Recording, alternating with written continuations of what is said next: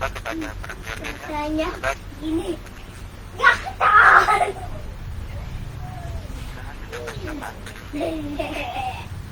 Bentar ya. Aduh, ribet ini.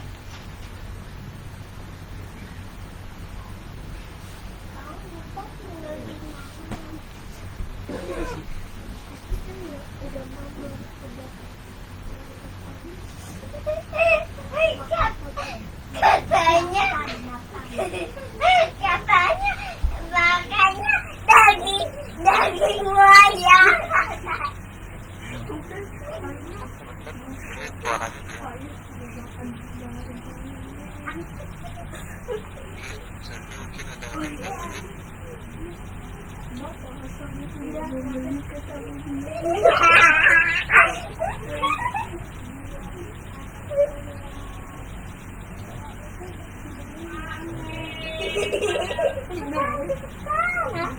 Ya, mohon maaf tadi ya, kita kembali mulai. Teman-teman, marilah kita panjatkan puji syukur Allah Subhanahu wa taala.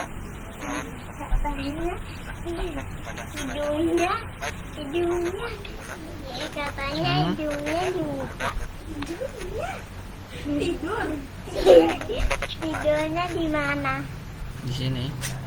Pinggir. Sekalian tokoh-tokoh Itu daging buaya.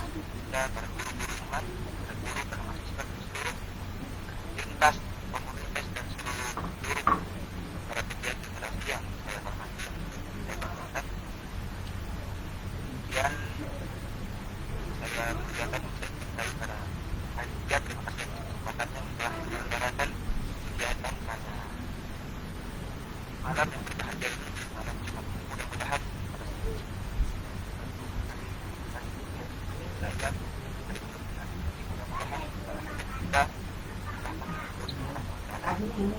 hari ini kita akan membahas ya tema ya. Mudah-mudahan perjuangan kalian dalam menjalankan kegiatan ini dan meluangkan waktu, mudah-mudahan dimudahkan oleh Allah sebagai salah istilah karena dimudahkan jalan yang sudah banyak.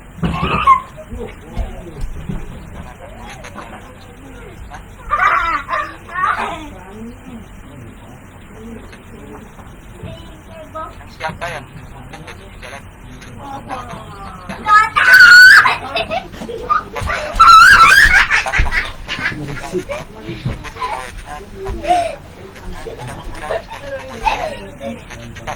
melangkahkan jalan pertemuan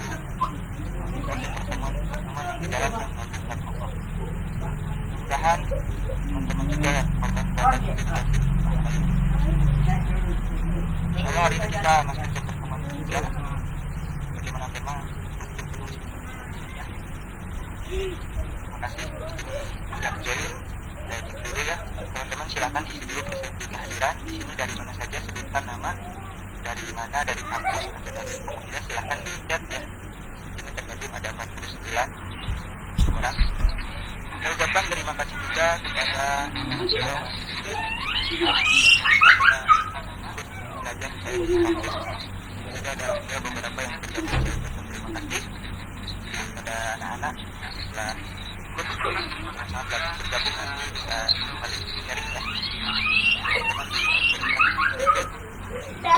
yang lainnya, terima kasih Tuhan. Insya Allah hari ini kita akan membahas tentang Yang berisik dalam jurnal akreditasi dan internasional.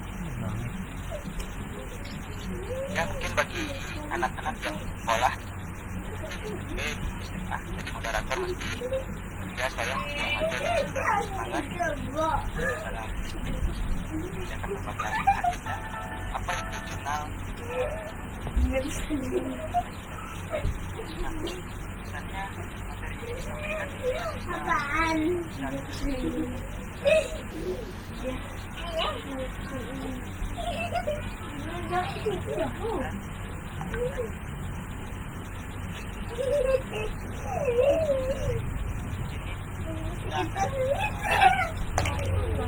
Daging kerbau.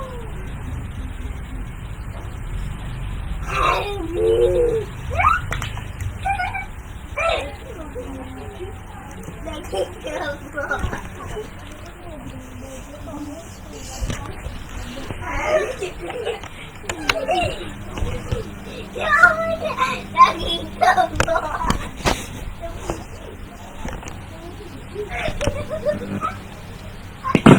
saya coba kenalkan juga.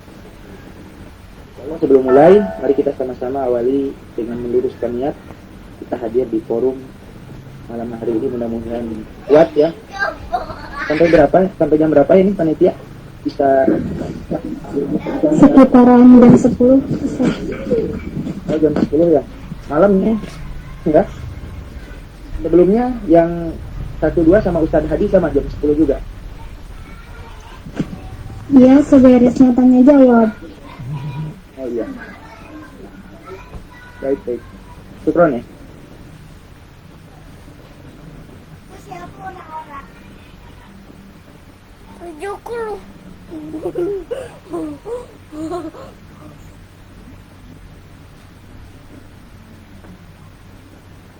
Baik, kita lanjut kembali. Ya, di sini tadi kita mulai meluruskannya. Mudah-mudahan teman-teman kuat ya, tidak ngantuk. Silakan kalau anak-anak milenial biasanya kalau mau sambil rebahan di kamarnya, mau sambil mager pun nggak apa-apa. Mudah-mudahan bermanfaat ya. Biasanya anak-anak milenial malam-malam itu kepoin medsos gitu. Mudah-mudahan sekarang kita ada hasil. Mudah-mudahan saya inginnya nanti ada hasil. Teman-teman mengikuti kepenulisan ini memang ada hasilnya. Nah, tadi di pembukaan saya coba bawakan salah satu ayat yang berharga ya, Iqra, tentang perintah membaca, dan itu sudah masyhur di kalangan kita, sudah terkenal. Kenapa? Karena peradaban itu diawali dari satu ayat Al-Quran, yaitu Iqra. Jadi untuk tafsirnya di sini mungkin banyak para ustadz itu bisa dijelaskan makna tafsir Iqra yang dimaksud ini seperti apa. Bahkan di sana juga dijelaskan tentang amal bil qalam ya, tentang qalam, bahkan dimasukkan jadi satu bagian dari 5 ayat pertama Al-Quran turun luar biasa. Ada apa? Baca dan qalam. Itu ada surat yang luar biasa. Dosen saya sering menyampaikan, Pak Dr. Ki Haji Ahmad Abdus Salam luar biasa mengkaji tentang konsep Ar-Rahman ini, bahkan tentang pendidikan tafsir tarbawi. Nah, sebelum dimulai, mari kita awali dengan ucapan basmalah bersama-sama. Bismillahirrahmanirrahim. Ini teman-teman ada yang rekam panitia Google Meet ini? Apakah ada yang merekamnya? Atau yang lain mungkin peserta? Ada Sad, Anak Ihsan. Live streaming Sad. Oh ya. Oke. Syukron ya. Ya, terima kasih Kang Ihsan. Insyaallah ini Institut Al-Fursan Cianjur ini luar biasa ya. Nah, kegiatannya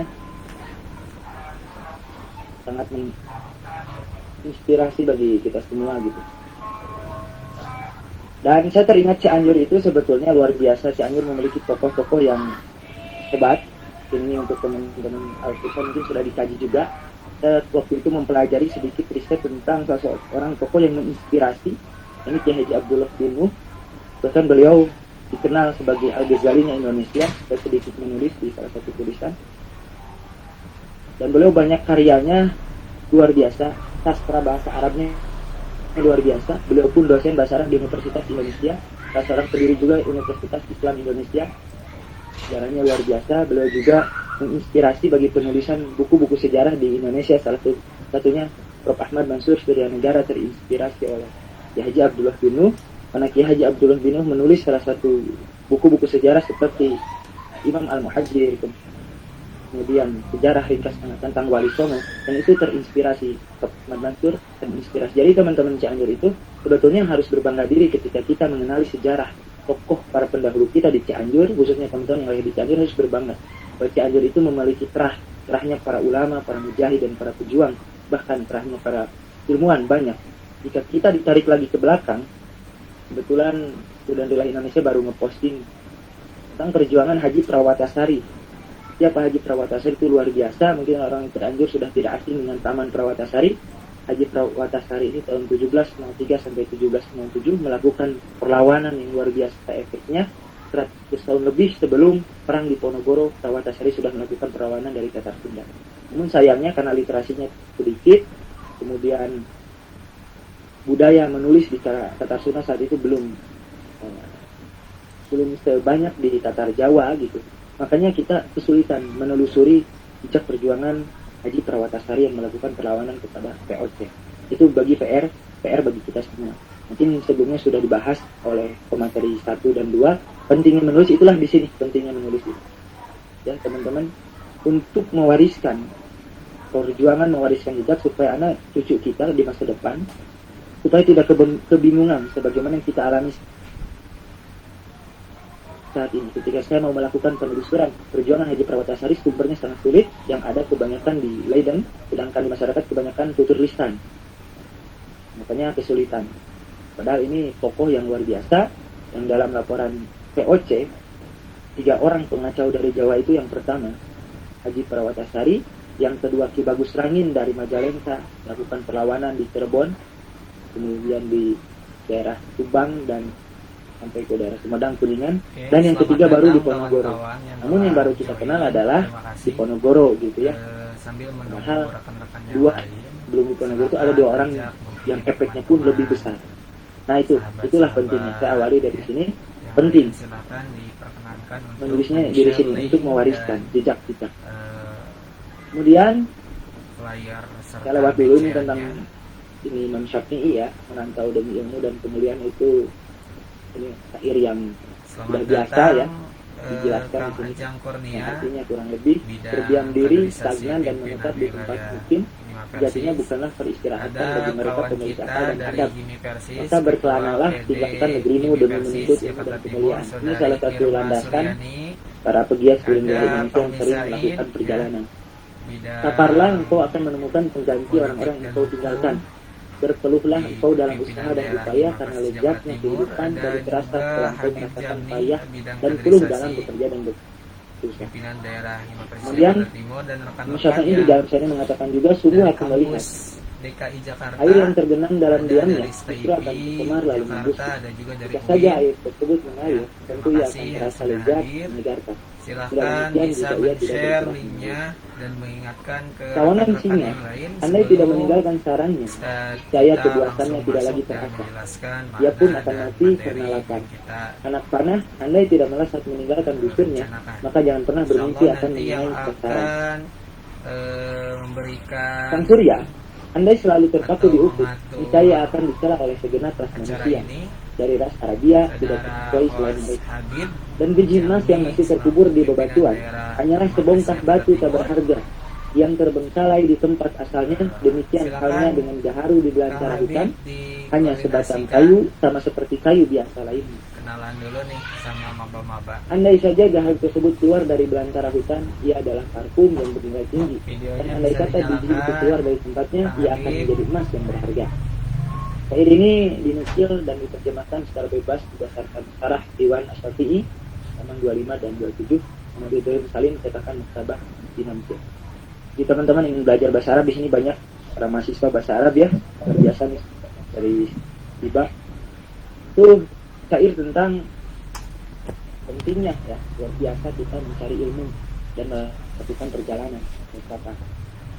Tentang syair juga saya teringat Kiai Haji Abdullah Binu. Nah, kenapa saya sering menyampaikan? Karena ini yang mengadakan Al-Qur'an Cianjur ya, itu Al-Qur'an. Mesti berbangga punya Kiai Haji Abdullah Binu. Punya syair juga tentang persaudaraan kaum muslimin. Saya teringat membaca biografi Kiai Haji Abdullah Binu itu ketika saya melakukan safar perjalanan dari Banu ke Pulau Pinang. Orang sana menyebutnya Pineng dan juga menyebutnya Penang, salah satu pulau yang ada di Nganjuk, Malaysia. Itu saya perjalanan malam membaca biografi tentang Kiai Haji Abdullah Binu di atas ketinggian berapa 30.000 kaki gitu atau berapa.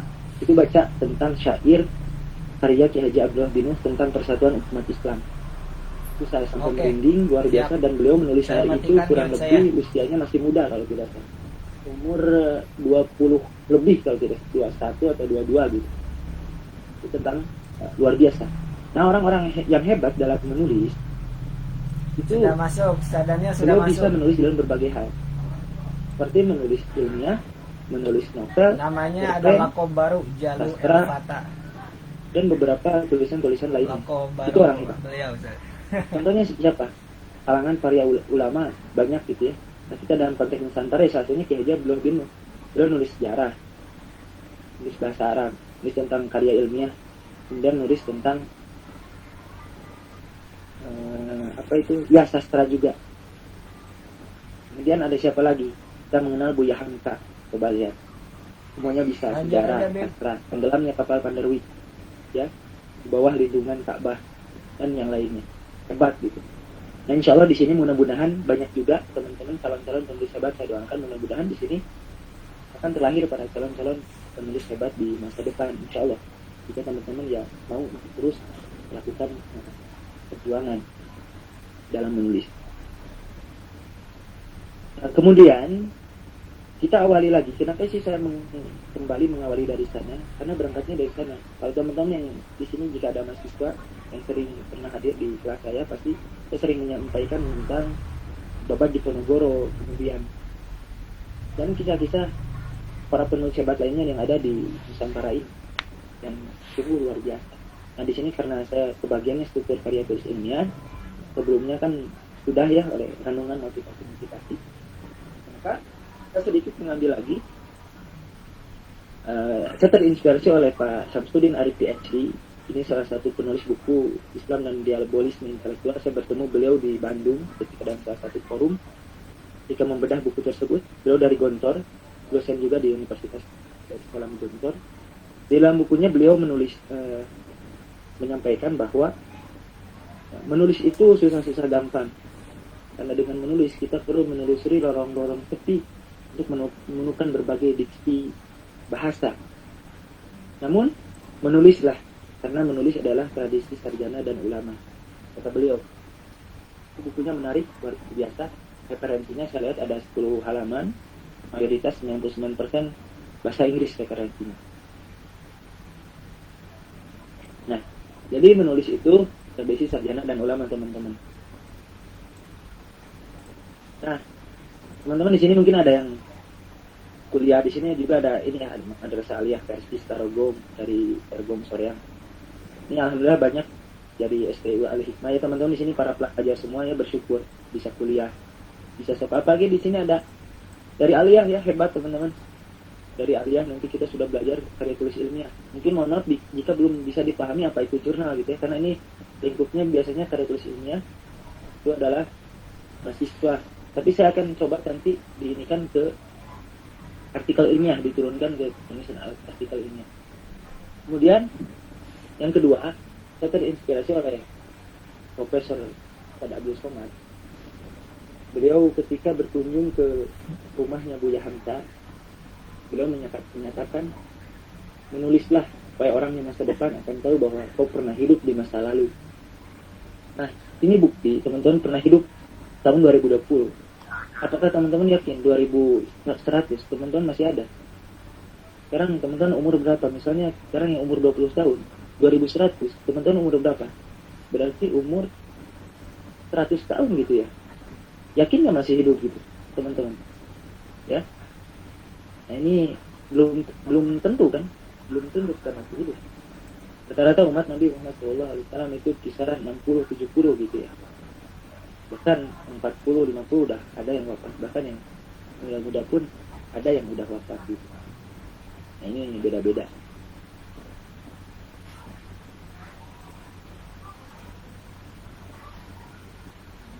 Ya, kemudian selanjutnya, waktu dan umur kita terbatas, maka perpanjanglah ya.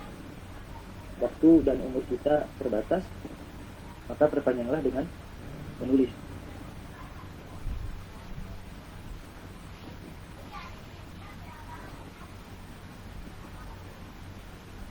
Ini suaranya masih terdengar, teman-teman? Masih. Masih Ustaz. Agak sedikit putus, Terputus ya, ini beda-beda wilayahnya ya mungkin. Ya mudah-mudahan nanti ada rekamannya ya. Ya kita lanjut. Nah ini waktu dan umur kita terbatas ya, ingat. Agak sedikit terputus ya. Atau karena rekamannya ada yang jelas nggak di sini? Jelas, saya jelas banget, Ustaz. Oh jelas ya. Benar, Ustaz. Oke, berarti ini di daerah masing-masing ya. Ya kita lanjut. Di sini waktu dan umur kita terbatas ya. Saya sering menyampaikan, bahkan saya sering disampaikan oleh guru saya, hakikatnya kita semua ini telah diponis mati gitu. Saya ini sudah diponis mati oleh Allah Subhanahu wa taala. Cuma masalahnya proses nanti kematian saya, waktunya kapan ini yang belum tahu karena masih goib. Maka saya bagaimana setiap waktu itu bermakna. Setiap waktu ini saya bisa melakukan berbagai peninggalan jejak-jejak untuk generasi selanjutnya. Supaya generasi di masa depan, gen alpha minimal, saya kan misalnya gen milenial. Milenial itu orang yang lahir 95 sampai tahun 99 akhir lah.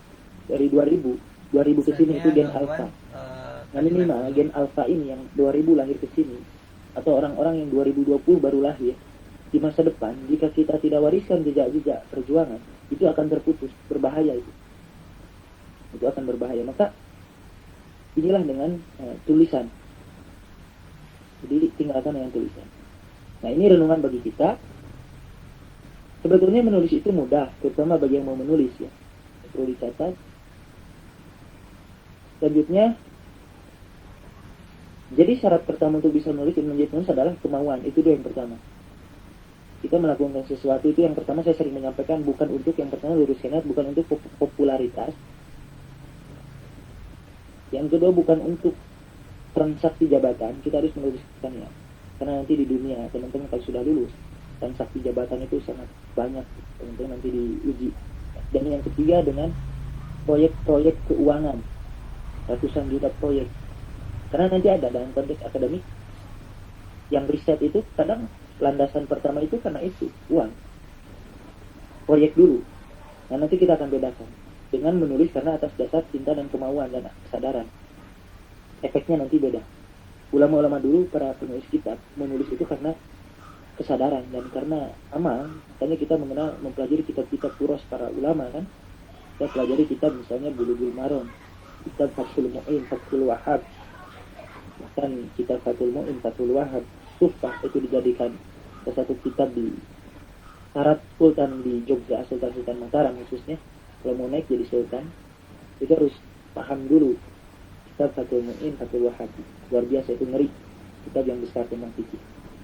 Kemudian jika kemauan belum muncul, padahal tuntutan menghasilkan karya tulis terus menghantui kita harus memotivasi diri sendiri. Teman-teman harus motivasi. Harus ada motivasi hidup itu. Pertanyaannya bagaimana cara memotivasi diri sendiri? Ya, itu masalahnya. Karena anak-anak milenial, saya sering ngobrol tuh dengan anak-anak SMA. Terus galau, stres gitu ya, masalah. Ya biasa anak-anak sekarang salah apa coba? Salah galaunya coba. Dan tahu, coba ketik di chat. Anak-anak milenial, anak-anak SMA atau kuliah-kuliah awal sering galau gitu, sering sedih. Masalah apa coba? Ada yang tahu? Bucin gitu ya. Apa tuh bucinnya? Mungkin ada yang belum paham. Asmara.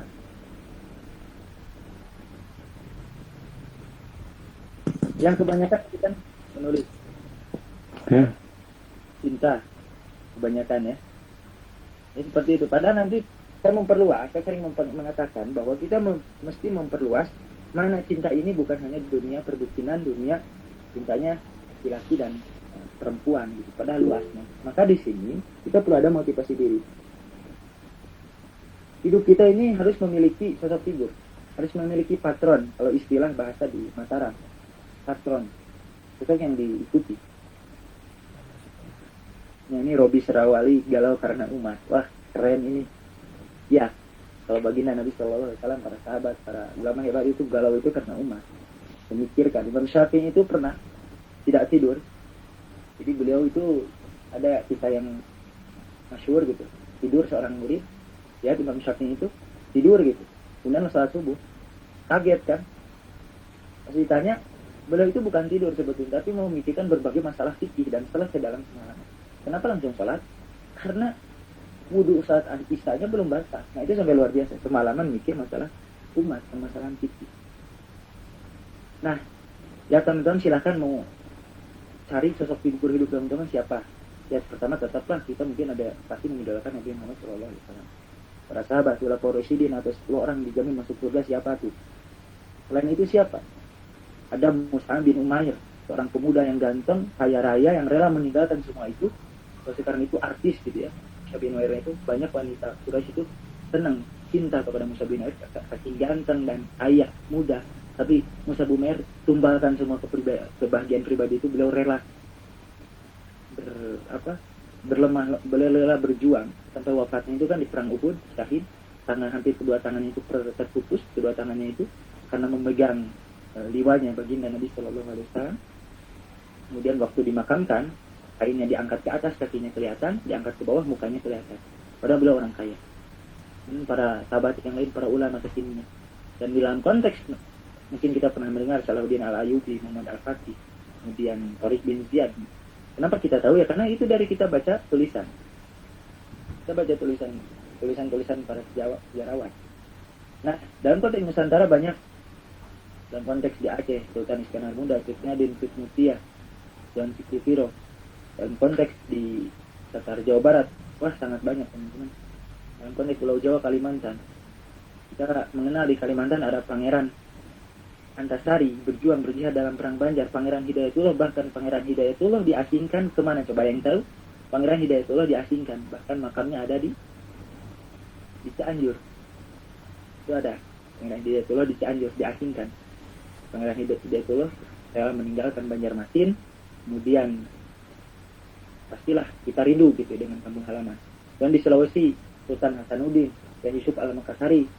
Kemudian di Maluku ada Sultan Babulo, Sultan Khairun. Kemudian di NTB banyak. Di Tatar Jawa ada Wali Songo, luar biasa, Sunan Kalijogo. Kemudian ada Sultan Agung Hanyokrokusumo dan amal dakwahnya 2 kali menyerang Batavia, amal jihad penyerbuan 2 kali ke Batavia 1628 sampai 1629. Ada kesininya Sultan Mangkubumi, Pangeran Sultan Hamengkubuwono ke-1, pendiri keraton Sultanan Ngayogyakarta. Kesininya ada Pangeran Diponegoro. Nah ini tiga sosok santri di Mataram yang luar biasa menginspirasi, dan saya pun sedang mempelajari ketiga sosok, bahkan keempat sosok ini. Yang pertama Pangeran Diponegoro, kemudian kakek buyutnya Sultan Hamengkubuwono I, kakek buyutnya lagi Sultan Agung Hanyokrokusumo, dan nanti ke atasnya itu Sunan Kalijogo. Itu sosok-sosok pahlawan yang perlu kita contoh dalam melakukan hidup ini. Nah di Tatar Cianjur banyak ya, Haji Abdullah Binung, Haji Sawatasari, dan di daerah teman-teman masing-masing silahkan, banyak, sangat banyak. Cuma masalahnya literasi kita rendah dan diputus sejarah kita dengan pendahulu kita itu oleh para kolonialis. Maka kita buram identitas dan buram karakter. Nah itu perlu dicatat ya. Saya awali dari sana, pentingnya untuk menulis itu. Kemudian di sini motivasinya apa? Yang pertama cepat selesai kuliah. Ada yang di sini menulis karya-karyanya itu karena cepat selesai kuliah, skripsi dan yang lainnya gitu. Atau di anak-anak SMA itu apa ya? Kita ada, kalau waktu dulu saya pernah ngajar di salah satu SMA, itu ada mini riset. Nah, nggak tahu kalau di sini. Kemudian namanya dikenal orang, terkenal. Ada nggak di sini ingin menulis namanya dikenal orang, terkenal? Seperti siapa yang terkenal? Coba salah satu. Saya sering membaca novel Buya Hamka, kemudian Habibur Rahman. Apa lagi ya? Mungkin di sini ada juga yang membaca Karelie gitu. Beda-beda gitu seorang membaca novel itu. Atau yang baca buku-buku ilmiah, banyaklah jurnal-jurnal. Jadi saya lihat kan ada Top Nakib Al-Asas, ada Top Wan Muhammad Nurwan Daud. Nah ini rekomendasi buku. Ada buku Budaya Ilmu karangan Top Wan Muhammad Nurwan Daud. Beliau salah satu pendiri ini ya, Institut Pengajian Tinggi Islam, Sains dan Peradaban, Universitas Teknologi Malaysia. Saat itu alhamdulillah saya diberikan kesempatan bertemu beliau di Depok waktu ada bedah buku budaya ilmu pertama di Indonesia. Bertemu dengan Top Wan, langsung meminta ijazah kitabnya, langsung budaya ilmu di tanda tangan. Kemudian itu salah satu rekomendasi untuk membangkitkan budaya ilmu kita. Kemudian karya ilmiah yang saya rujuk lagi ada Prof. Roji Al-Faruqi dari Institut Pemikiran Islam Internasional Washington DC, Amerika Serikat. Pejuang beliau dari Palestina. Wafatnya beliau diracun karena beliau melakukan perlawanan intelektual melawan dunia barat. Dan ada yang ketiga yang saya jadikan sosok figur, Profesor Mulyadi Kartanegara dari Universitas Brunei Darussalam. Dan ketiga tokoh ini saya masukkan quote-nya itu di tesis saya. Karena ketiga pemikiran tokoh ini, Prof. Ismail Roji Al-Faruqi, Prof. Nasib Al-Atas, dan Prof. Mulyadi Kartanegara itu menginspirasi saya. Kan saya sering merekomendasikan bagi teman-teman di sini yang mengambil Islamic Education, mau ngambil S2, S3 kemana? Saya biasanya ke tiga negara ini. Kalau mau melakukan perlawanan intelektual dengan dunia barat, Washington DC Amerika, ke Malaysia, Testis UTM, atau ke Brunei Darussalam. Tapi bukan berarti kok kenapa Kang tidak merekomendasikan Mekah, Yaman, Mesir. Enggak, bukan dalam konteks saya tidak ini Mekah, enggak, bukan. Mekah juga mulia, Mesir. Ini dalam rangka melakukan perlawanan intelektual. Tetap teman-teman kalau mau ke Mesir, ke Yaman, ke Mekah, itu kan pusat dunia Islam dan yang lainnya. Silakan kalau mau ke sana. Itu ya teman-teman. Nah, kemudian pendapatnya diketahui orang, dikutip, ada nanti dalam jurnal itu pengutipan. Kemudian membuat tulisan karena masalah seperti itu belum ditulis orang. Nah itu, misalnya kayak Haji Prawatasari nih, sedikit yang nulis, belum ada bahkan. Maka harus ada 5 syarat jika kita ingin mengenalkan Nusantara kepada dunia melalui sosok pejuang dan generasi yang kita catat. Ada 5. Yang pertama, boleh diangkat dalam spesifikasi disertasi. Alhamdulillah di Tatar Sunda, di Tatar Jawa, dalam konteks Tatar Jawa, Pangeran Diponegoro, itu 5-nya sudah terpenuhi. Yang pertama, spesifikasi disertasi sudah terpenuhi. Banyak. Silakan searching nanti di Google Scholar. Ya, salah satu mesin pencari jurnal, pencari referensi, Google Scholar. Kemudian, buku ilmiah. Di Diponegoro sudah ada banyak. Salah satunya kan Prof. Peter Carey, 40 tahun riset tentang Diponegoro. Dalam memandang Peter Carey, ya terlepas beliau belum mengambil hidayah, saya itu malu sebetulnya jika bertemu Peter Carey, karena beliau itu sebenarnya belum muslim ya, beliau belum mengambil hidayah, tapi 40 tahun luar biasa gitu penelitiannya. Terlepas dari isinya itu ada beberapa berbeda pendapat lah, tapi saya memandang kok budaya ilmunya sampai segitunya gitu. Nah beliau itu mulai berani mempublikasikan hasil riset Diponegoro itu dalam bentuk buku itu baru, kalau tidak salah salah satu bukunya itu Perang Jawa, Kuasa Ramalan. Kuasa Ramalan itu baru diterbitkan kurang lebih berapa? 2013 kalau nggak salah. Kesininya baru buku Takdir, ringkasan Kuasa Ramalan.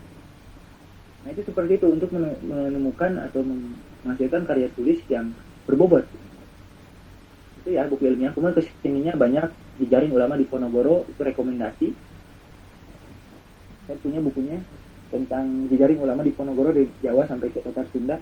Bahkan di Tatar Sunda pun ada. Ada juga buku-buku yang lain, strategi menjinakkan Diponegoro, karya seorang tokoh militer, menarik juga. Nah itu ya. Yang kedua buku ilmiah. Yang ketiga itu bisa diangkat dalam novel sejarah. Jadi salah satunya kan yang sudah ngangkat itu Ustaz Salim Abdillah dengan Sang Pangeran dan Janisari terakhir. Yang keempat diangkat dalam bentuk jurnal ilmiah, itu ringkasannya. Dan yang kelima terakhir dalam bentuk film. Nah, Diponegoro ini sudah dalam TV Mangsa meskipun belum itu, tapi nanti mau diangkat lagi dalam film yang lain, ya, dalam datanya dari Sang Pangeran dan Janisari terakhir. Itu tentang 5 terpenuhi Diponegoro. Nah, dalam konteks Tatar Sunda itu ada kalau melawan Belanda titik nol melakukan perlawanannya itu sebetulnya dari mulai Sultan Agung kan 1628 oke, dan kesininya ada Haji Prawatasari 1703 dan nanti Ki Bagus Rangin dan baru 1825 itu Diponegoro terakhir. Tapi sejarawan mengatakan Diponegoro ini yang menendang bola salju perlawanan lawan Belanda, karena setelah dari perlawanan Diponegoro ini hancur kas Belanda, habis 20 juta gulden, habis rugi lah, makanya ada tanam. Nah dalam konteks perlawanan Jepang, siapa yang menendang bola salju yang pertama melakukan perlawanan? Karena saya berani mengatakan, karena saya melakukan riset, itu adalah Syahid Eizen yang Mustafa. dari pesantren Sukamana Tasikmalaya. Beliau yang melakukan perlawanan pertama. Saat itu belum ada yang melakukan perlawanan. Dan alhamdulillah 5 ini sudah terpenuhi. Yang pertama skripsi tesis, disertasinya ada, skripsinya ada, kata skripsi. Yang kedua, jurnalnya pun sudah ada di ulumuna.or.id, nanti saya share coba. Kebetulan saya alhamdulillah menulis jurnalnya itu ditanamani oleh dosen saya. Riset kurang lebih 5-6 tahun tentang Kiai Zainal Mustafa ini. Kenapa kan lama-lama? Ya, kalau dalam sejarah itu harus sabar. Nggak bisa gerasa gerusu gitu. 3 bulan nulis sejarah nggak bisa. Dr. Keri juga untuk di Ponorogo itu hampir 30 tahun baru dipublikasikan. Nggak bisa cepat. Kemudian filmnya udah ada, film Kiai Zainal Mustafa tahun 2017 launching, waktu saya melihat waktu launching, namun belum dipublish di YouTube, baru ada di YouTube itu ininya saja, singkatan. Coba nanti searching tentang film Kiai Zainal Mustafa. Yang keempat, novelnya alhamdulillah sudah terbit, baru terbit bulan yang lalu oleh Kang Fauzi Nur dengan judul Syahadah Mustafa. Dan yang kelima yang baru mau terbit Oktober ini adalah buku ilmiahnya tentang biografi ajaran Sukamana. Nah ini alhamdulillah 5 ini mau terpenuhi dengan Sukamana ini. Dan luar biasa Syed Kiai Zainal Mustafa kita mengenal. Dulu mungkin sekolah beliau ini memberontak karena katanya rebutan tadi. Kemudian beliau wafatnya dipenggal. Dan yang lainnya ya ternyata itu kurang tepat. Beliau bukan karena padi tapi murni karena tauhid, menolak kirai, menolak menunduk ke arah Tokyo. Dan itu dilakukan juga oleh Haji Rasul Ayah Buya Hamka, menolak kirai juga. Kemudian Kiai Zainal Mustafa di berbagai siksaan beliau digusur dari Padayungan sampai alun-alun Tasik, maka di Tasik ada nama Kajian Mustafa itu digusur pakai kendaraan roda 4 ya. Kemudian kesininya dan beliau wafatnya itu adalah dikubur hidup-hidup. Ketika digali, sudah 29 tahun terkubur, ditelusuri oleh salah seorang santrinya, digali. Kemudian ketika digali, beliau jasadnya masih utuh, kepalanya tidak putus. Ketika ditemukan, beliau sedang memeluk kedua lututnya. Di bawahnya itu ada papan, ada paku, ya, papan. Di papan itu jadi paku, banyak paku gitu, ditanam paku. Jadi beliau duduk itu di atas paku yang menempel. Beliau lagi memeluk dua lututnya, korbannya masih utuh, jasadnya masih utuh, kepalanya tidak putus. Maka perlu ada pelurusan narasi. Waktu itu belum tidak ada pemindahan kerangka jenazah, yang ada adalah pemindahan jasad para syuhada. Kiai Zainal Mustafa besar 17 santrinya, ya, tujuannya besar 17 santrinya. Nah itulah luar biasa saya sampai sini. Gitu. Kan para narasumber itu meneteskan air mata ketika mengenang kembali pengetahuan kolektif perjuangan para pendahulu. Nah, itu ya contoh.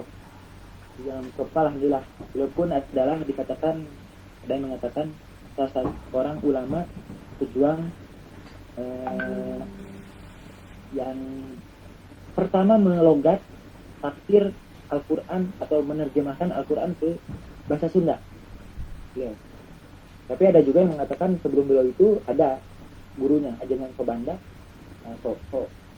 dari ini lupa, dari salah satu pesantren di Tasik, gurunya sebelum tahajud pun sebetulnya sudah ada kan, tapi di mulai tahajud dipopulerkan. Itu ya contoh. Kemudian apalagi menanggapi tulisan, boleh.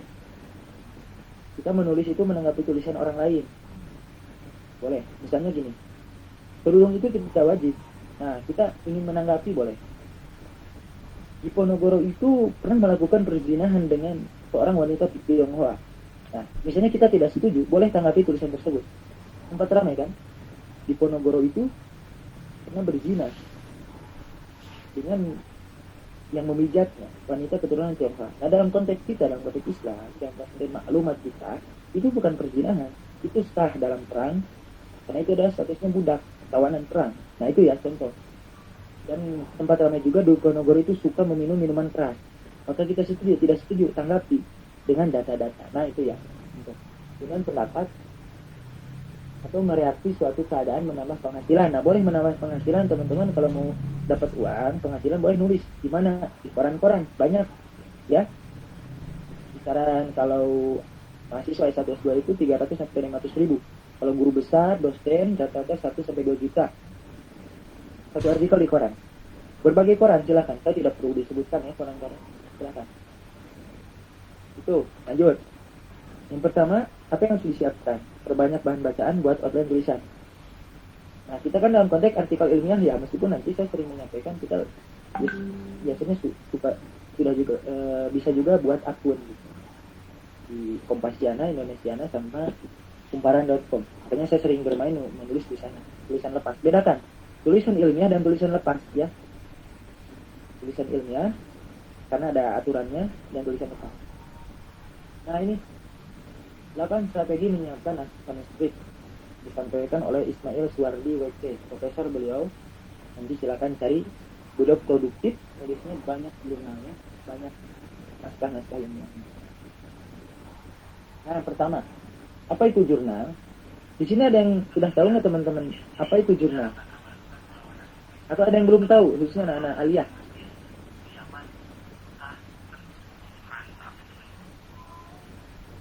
Anak-anak aliyah, jika ada yang belum tahu, jurnal itu adalah salah satu untuk publikasi ilmiah ya.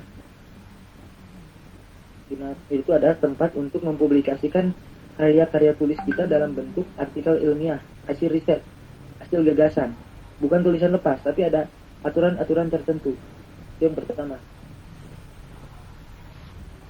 Nah, saya akan coba tidak bahas di sini. Saya ini hanya membuka saja karena waktu terbatas. Ini biasanya dijelaskan perlu dalam perkuliahan itu biasanya 3 SKS gitu. Ini selasa itu beberapa pertemuan ya. Tidak bisa cepat, apalagi yang belum mengetahui. Saya lewat dulu.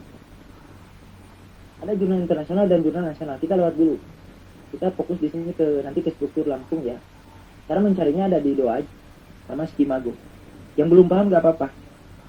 Doaj itu mesin pencari jurnal, sama Google Scholar, sama Morarep keluaran Kementerian Agama, sama portal Garuda keluaran Kementerian Ristek Dikti. Untuk mencarinya. Nanti saya coba lihatkan secara ini. Nah, ini Doaj. Kita lewat dulu. Kedua, melengkapi komposisi. Nah, ini strukturnya, teman-teman. Ini ya, struktur jurnal.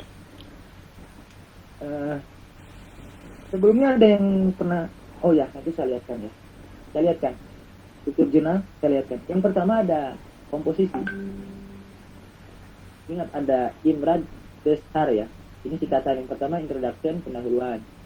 Jadi, atasnya ada judul lah, gitu ya. Di atasnya itu ada judul, nanti kita lewat dulu. Ada pendahuluan, nih, struktur jurnal.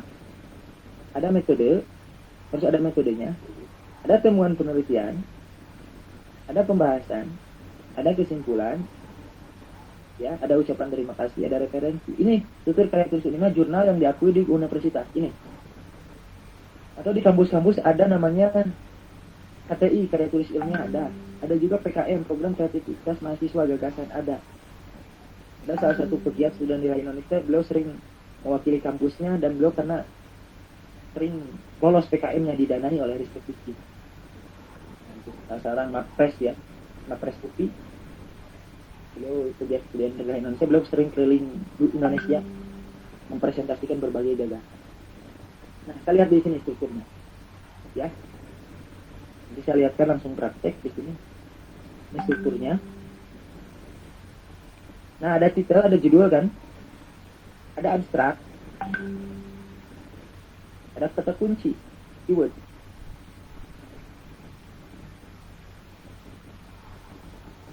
Abstrak, ya abstrak. Imrad itu singkatan. Jadi singkatan dari introduction, method, result, ya. Singkatan gitu maksudnya deh. Conclusion, ya. Acknowledgement, defense. Jadi singkatan masuk Imrad itu.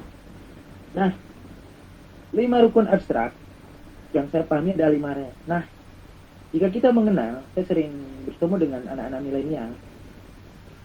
Dia mengatakan 5 rukun milenialis gitu kan. Yang pertama kan apa? Saya sering menyampaikan tuh di kampus. Coba ada yang jawab, ada yang tahu. 5 rukun milenialis yang selalu ada. Senja katanya. Pertama senja, kedua traveling, ya, ketiga novel, kelima ngopi, keempat ngopi, kelima santuy. Nah, itu kenapa saya mengatakan itu? Ini 5 rukun yang lihat teman-teman orang-orang milenialis foto-fotonya di Instagram apa? Ya tidak jauh dengan foto senja. Terus traveling, sering jalan-jalan sana kemari. Kemudian sering baca buku-buku yang dimaksud di sini adalah novel. Anak-anak milenial itu novel apa? Kartun, anime atau novel apa? Ngopi di sini adalah apa? Nongkrong di apa? Di abnormal, di Starbucks, di kafe-kafe milenial gitu.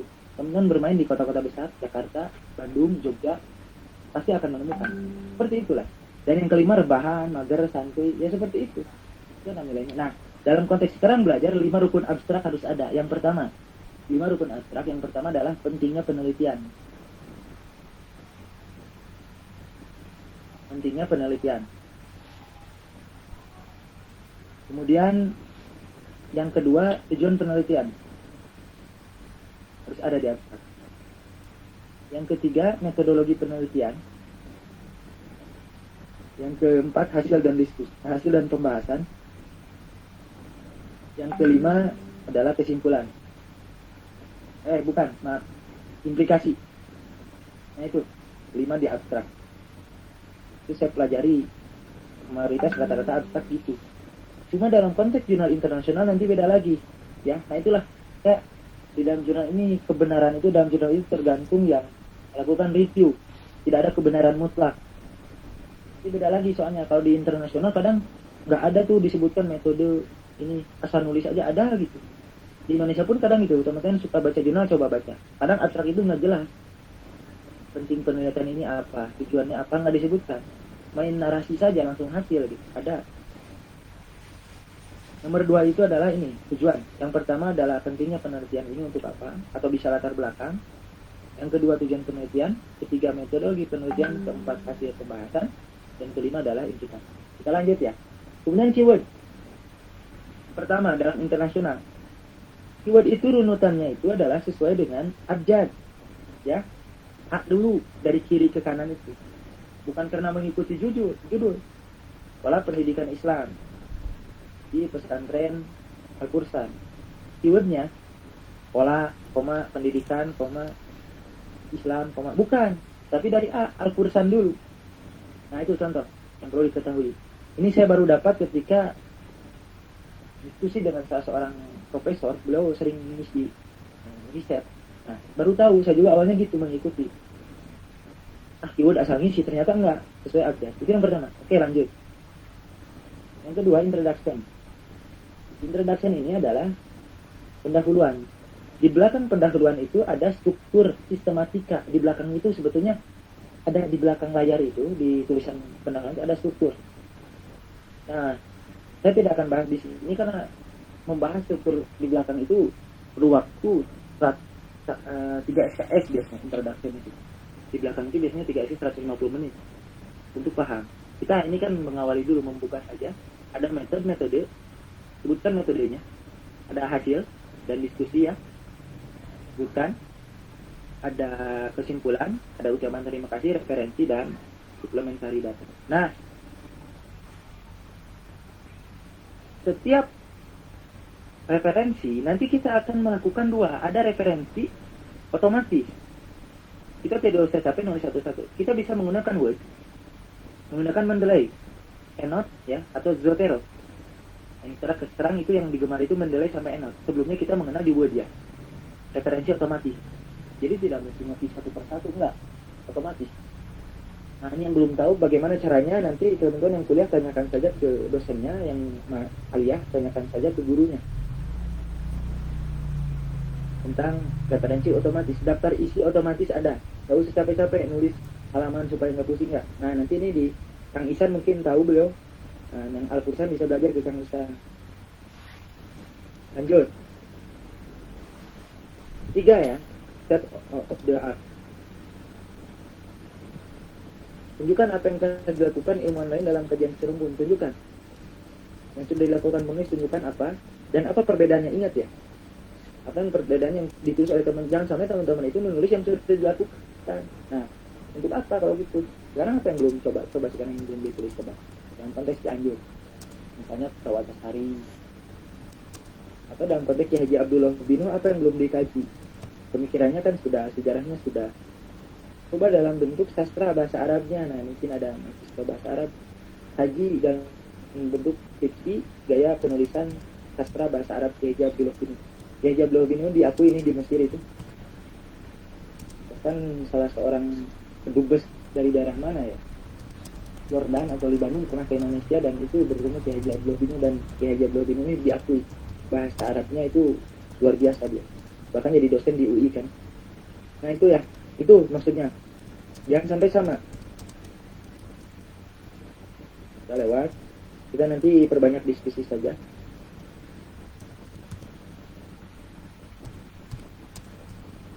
Nah, keempat. Apakah ada kebaruannya? Jangan sampai kita hanya mengikuti nulis lagi yang sudah ada. Kemudian menyatakan keterbatasannya, kita batasi jangan terlalu luas dalam menulis karya puisi ini itu. Dan rekomendasikan penelitian lanjutan itu baiknya seperti apa. Ya, ini saya hanya menyampaikan sedikit penulisan ilmiah ini. Nanti kita akan coba membuat akun ya, penulis lepas dulu yang bisa langsung kita praktek. Ini saya hanya membuka saja. Kelima, menempatkan diskusi ya. Temuannya apa? Kalau sama nih, apa samanya? Kalau beda, apa bedanya? Nanti di bab 4 yang mau skripsi nih.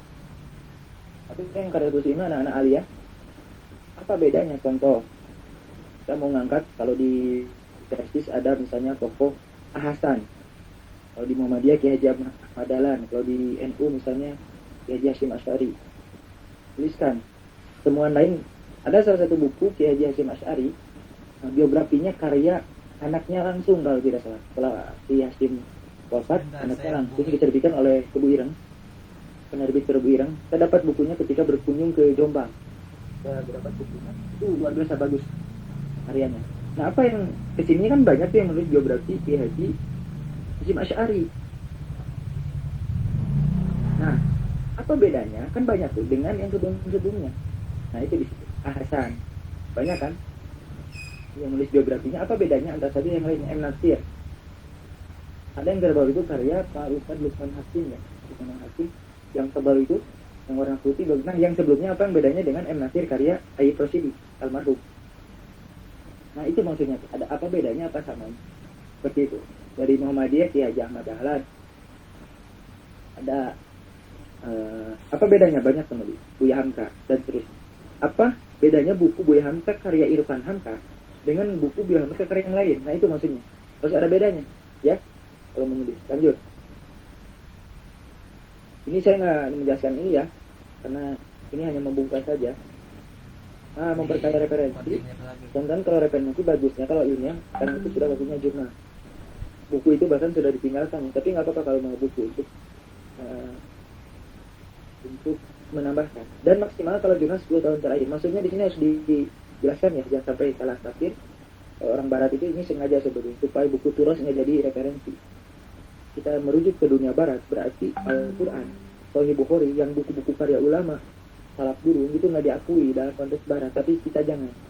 Kalau kita maksud 10 tahun terakhir ini adalah 10 tahun hari ini adalah hasil riset supaya batu. Maka kita baca jurnal untuk mengetahui ilmu itu sudah sampai mana.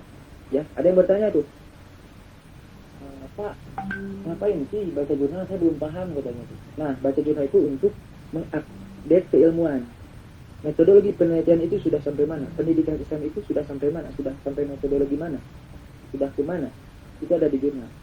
Pengobatan itu, herbal itu sekarang sudah kemana?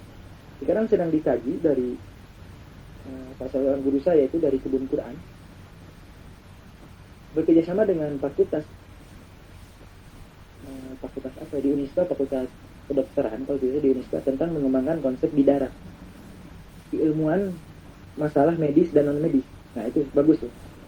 Jadi bukan hanya obat-obatan, kita dibahas sekarang sudah masuk ke non medis, dunia ruqyah sudah masuk kan, sudah rame. Nah, itu contoh. Ketujuh. Nah, ini Mendeley, Zotero atau Enot. Kita baru belajar Mendeley. Belajar Mendeley ini biasanya perlu 2 pertemuan sampai 3 pertemuan. Nah, kedelapan, hindari plagiat. Nah, ini teman-teman masih dicatat ya, hati-hati. Plagiat maksudnya itu adalah kita mengutip perkataan orang lain tapi tidak dicantumkan namanya. Contoh, menulislah supaya orang di masa depan akan tahu bahwa kau pernah hidup di masa lalu. Itu saya klaim karya saya, bukan. Itu karya Ustaz Abdul Somad. Nah itu plagiat. Gak boleh, nggak jujur. Ya, kemudian kita mengklaim bahwa ilmu itu adalah cahaya dan cahaya tidak akan masuk kepada orang yang suka melakukan kemaksiatan.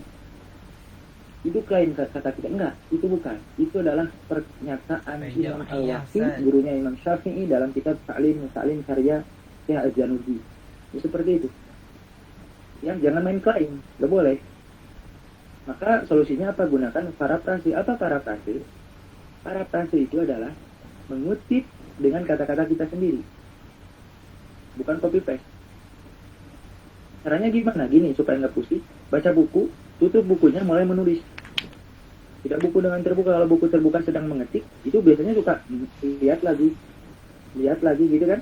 Nah seperti itu teman-teman. Ini cara mengutip, nanti ada belajar tentang cara mengutip ya. Perlu menuju kepada sumber yang pertama, bukan sekunder. Kalau ada buku sumber pertama bahasa Arab, itu lebih bagus. Nah kalau sulit, terjemahan. Nah terjemahan itu namanya sekunder. Nah bagi teman-teman yang belajar bahasa Arab sih, silakan perbanyak menulis. Terjemahkan saja itu buku-buku bahasa Arab untuk latihan. Itu ya contoh. Nah itu paling sedikit berkaitan dengan 8. Nanti saya sekarang coba lihatkan struktur yang lain. Silakan sekarang sambil diskusi saja, moderator, supaya tidak saya bicara sendiri. Atau mau menambahkan yang lain silakan bisa di suara atau chat ya. Silakan saya kembalikan dulu ke moderator sambil saya membuka yang lainnya.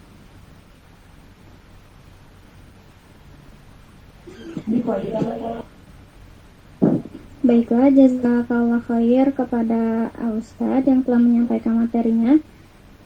Selanjutnya mungkin langsung saja ke acara sesi tanya jawab. Silahkan jika ada yang ingin bertanya, diaktifkan mikrofonnya.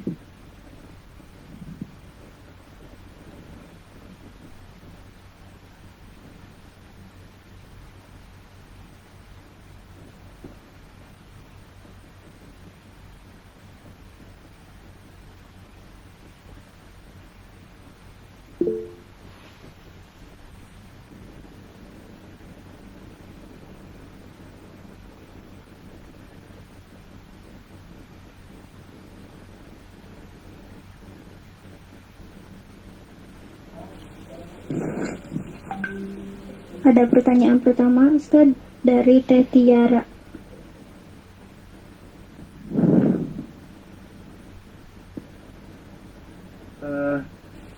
Boleh ya? Silakan.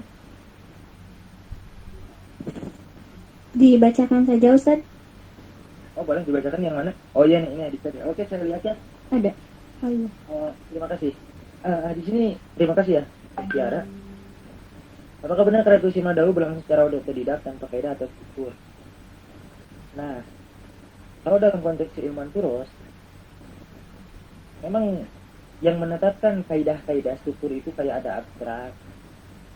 Kayak gini misalnya kan, kayak ada abstrak, ada itu kan sebetulnya itu konsep dari kampus-kampus kan sebetulnya.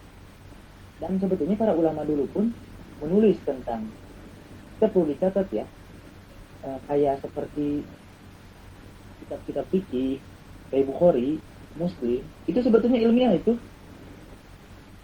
Kita jangan sampai kita terlalu mengagungkan karya dunia barat, tapi kita merendahkan karya ulama-ulama kita. Nah, jangan sampai seperti itu.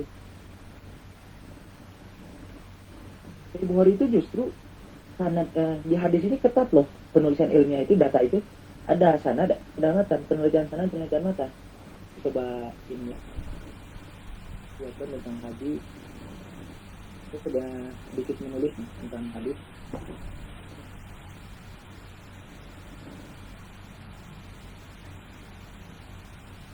Kita jangan sampai terus mengagungkan barat dengan Tuhan. Enggak. Ini ya, gini.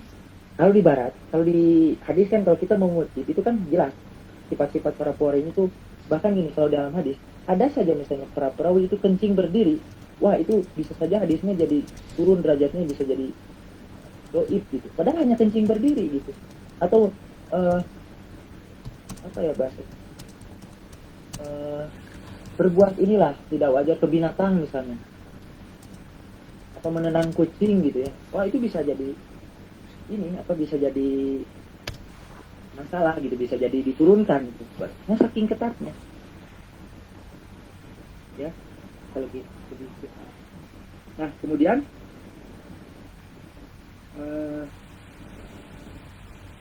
di sini ada salah satu tulisan tentang hadis berhujahannya. Nah ini di sini nanti saya coba share lah ke teman-teman berkaitan dengan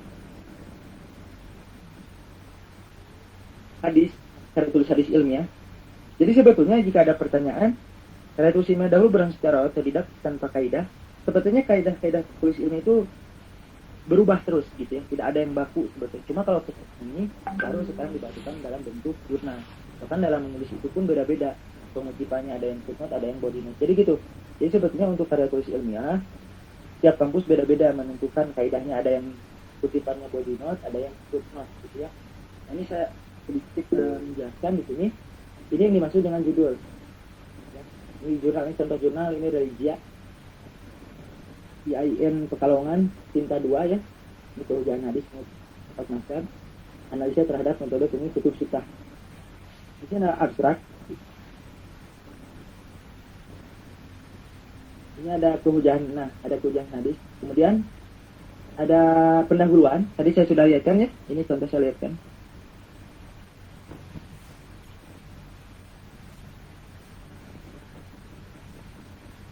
Nah, kalau dulu zaman tahun 70-an, tahun 80 memasukkan hadis atau Al-Quran ke karya tulis, ke skripsi, tesis nggak diakui. Jangan dimasukkan, tidak ilmiah kadang. Nah sekarang sudah berubah keilmuan. Kalau dulu itu nggak boleh masukkan Al-Quran ke skripsi. Karena itu kan nilai agama kan, jangan bawa-bawa agama ke ilmu pengetahuan. Seperti itu. Nah, kemudian kita lihatkan lagi contoh lagi yang lain.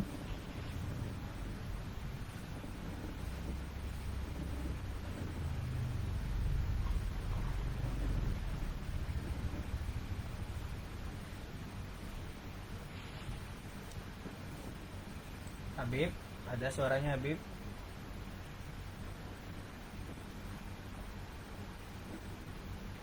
Nah, kemudian ini contoh yang lain. Silakan bagi rekan-rekan, kawan-kawan yang tadi menyimak bisa memberikan pertanyaan. Kita Dulu biasa sama kayak gini-gini aja, ada abstrak. Ini ya. Persilahkan. Ini cara tulis karya Bagi ilmiah. yang bertanya, Pendahuluan. ada Kok ini ada satunya? pertanyaan Kok ada yang A? bagus, Kok nggak insya ada yang Allah pakai A kita atau dari satu? Nah panitia itu yang memang beda-beda. memberikan door prize. Kok ini formatnya satu halaman, satu kolom. Kok ada yang 2 kolom? Nah itu. Jadi setiap institusi itu menentukan Silakan dipersilahkan berbeda-beda. bagi rekan-rekan. Cuma kalau kaidah-kaidahnya, Jika ada pertanyaan kalau sekarang bisa itu ada kutipan, ada disampaikan di referensi. kolom Kalau chat dulu mah kan atau kayak penulis langsung kayak lewat gini. di voice. Kitab yang terkenal Ta'lim Muta'alim tentang metode belajar itu kan nggak ada referensinya. Coba di belakang ada nggak daftar pustaka? Nggak ada. Ini kitab-kitab ulama lain seperti kitab Khulasatul Nurul Yakin tentang sejarah, kadang saya lihat nggak ada referensinya.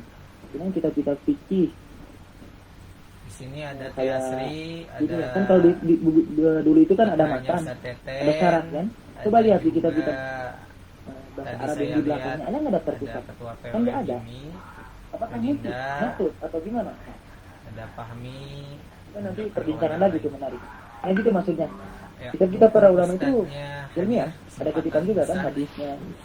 Cuma kalau ulama kan sama kalau senior. dulu langsung saja menurut ini dalam kitab ini nggak dituliskan tahunnya atau menurut ini Atau biasanya bisa di dituliskan WA. penyusun kitab masa siapa bisa. Silakan. Jadi gitu maksudnya. Tetap ilmiah.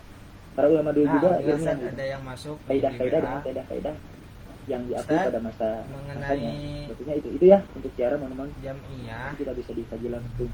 apa saja Jam'iyah Menulis itu tradisi sarjana. di Untuk jurnal sendiri Indonesia kenapa yang jurnal ini berpegang mempengaruhi teguh kualitas terhadap perkuliahan? Quran dan Sunnah? Karena jurnal itu baru sebetulnya. Tahun berapa ya modal rame-rame jurnal itu? 2000 berapa ya? 15 atau 14 gitu ya. Mulai rame-rame jurnal itu sebelumnya kan biasa saja sebetulnya. Apalagi sekarang Nah, fokus-fokus itu gitu kan. Itu kan sebenarnya produk dunia barat juga kan, penjajahan dalam bidang intelektual. Kenapa fokus, kenapa nggak yang lain, kenapa nggak Thomson, kenapa nggak yang lain gitu, kenapa harus fokus gitu. Nah, itu seperti itulah. Itu ya bicara tips menulis bab 2 landasan teoritis. Menulis bab 2 ini ya, ini kan malah bahas skripsi ya. Ini bab 2 itu bahasanya apa ya? Ini saya lihatin. Bab 2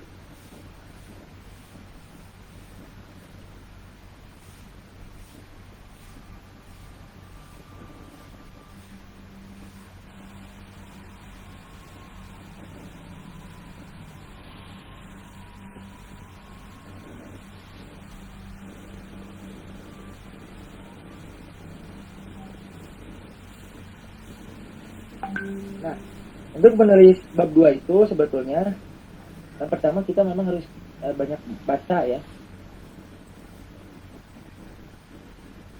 Nah ini nih tips menulis bab 2 itu. Yang pertama fokus teori dulu. Banyak sih sebetulnya ini slide-nya, saya coba singkat ke ini lah.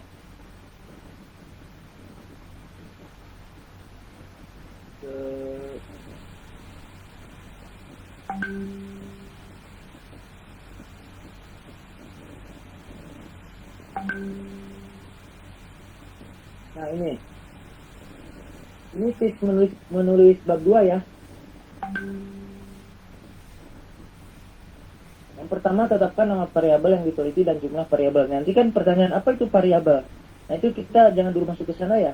Ini tips dulu yang saya singkat dulu. Tadi sumber bacaan sebanyak-banyaknya dulu ini sama Nova ini. Kita sumber sebanyaknya dari buku, kamus, ensiklopedia, jurnal ilmiah, laporan penelitian, banyaknya. Kemudian lihat data visi setiap buku ya. Ada cara membaca buku secara scanning. Ya. Jadi ada baca buku itu ada strateginya loh. Apakah ketika kita mau memasukkan 100 buku dalam daftar pustaka, apakah kita harus baca semuanya? Gak ada, gak mungkin. Waktu kita terbatas. Baca aja daftar isinya, ada baca scanningnya nanti mana yang sesuai dengan relevan dengan setiap variabel yang ada di judul. Itu masuk ke sana, buka. Kemudian bandingkan antara satu sumber dengan sumber yang lainnya. Pilih definisi sesuai dengan penelitian yang dilakukan. Bandingkan, ya, antara satu penulis dengan penulis lainnya, baru kita simpulkan. Kemudian baca seluruh isi topik buku. Lakukan analisa, ini kata kuncinya, renungkan dan buatlah rumusan dengan bahasa sendiri ya. Ingat, dengan bahasa sendiri. Deskripsikan teori yang telah dibaca dari berbagai sumber ke dalam bentuk tulisan dengan bahasa sendiri. Itu ya untuk bab 2 itu singkatnya. Untuk rumusannya nanti bab 2 itu ada khusus sendiri lah. Itu skripsi ya. Itu silakan bimbingan untuk dosennya masing-masing. Wallahu a'lam bishawab. Itu paling kenapa ingat bahasa bab 2 itu tentang parafrase, bukan copy paste. Nah, izin bertanya, tadi dijelaskan bahwa jurnal tergantung dari filmnya. Nah, bagaimana saja kita menunjukkan yang tidak mengurainya? Nah,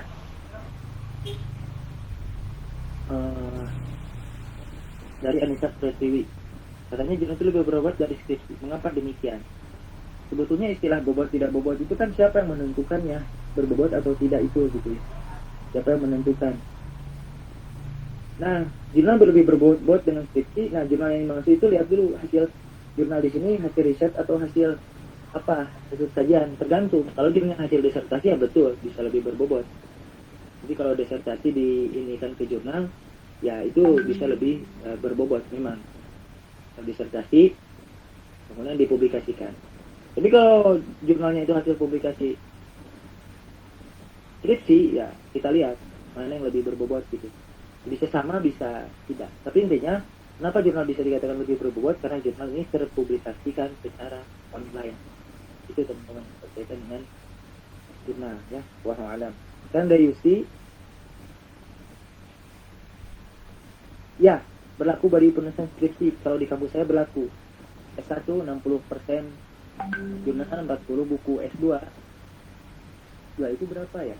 70 atau 80% jurnal, 20% buku S3, berapa itu beda-beda. Ya, berlaku. Adakah rekomendasi jurnal Sohi dari Ustaz?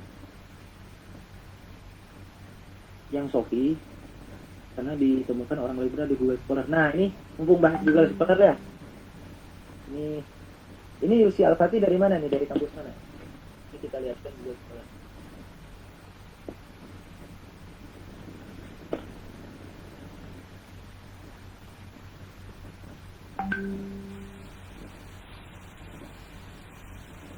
Dari STID Muhammad Nasir. Oh ya, dari. Nah, sebetulnya yang jurnal itu banyak ya, wah ribuan pokoknya. Nah itu tergantung, makanya kita harus mengenal dulu para penulis ini jurnal, siapa yang saya bukan. Jadi banyak nih, contoh rekomendasi banyak sih sebetulnya di jurnal kampus-kampus UPI banyak, kemudian di UIN juga banyak. Ya tergantung kita sebetulnya, di Unpad, kemudian di dalam konteks ini ya di Ibnu Khaldun banyak. Nah ini ada jurnal yang saya kelola. Nah bisa berkunjung nih, ini teman-teman para penulis di begini. Di jurnal Kajian Peradaban Islam. Ini sudah terindeks internasional.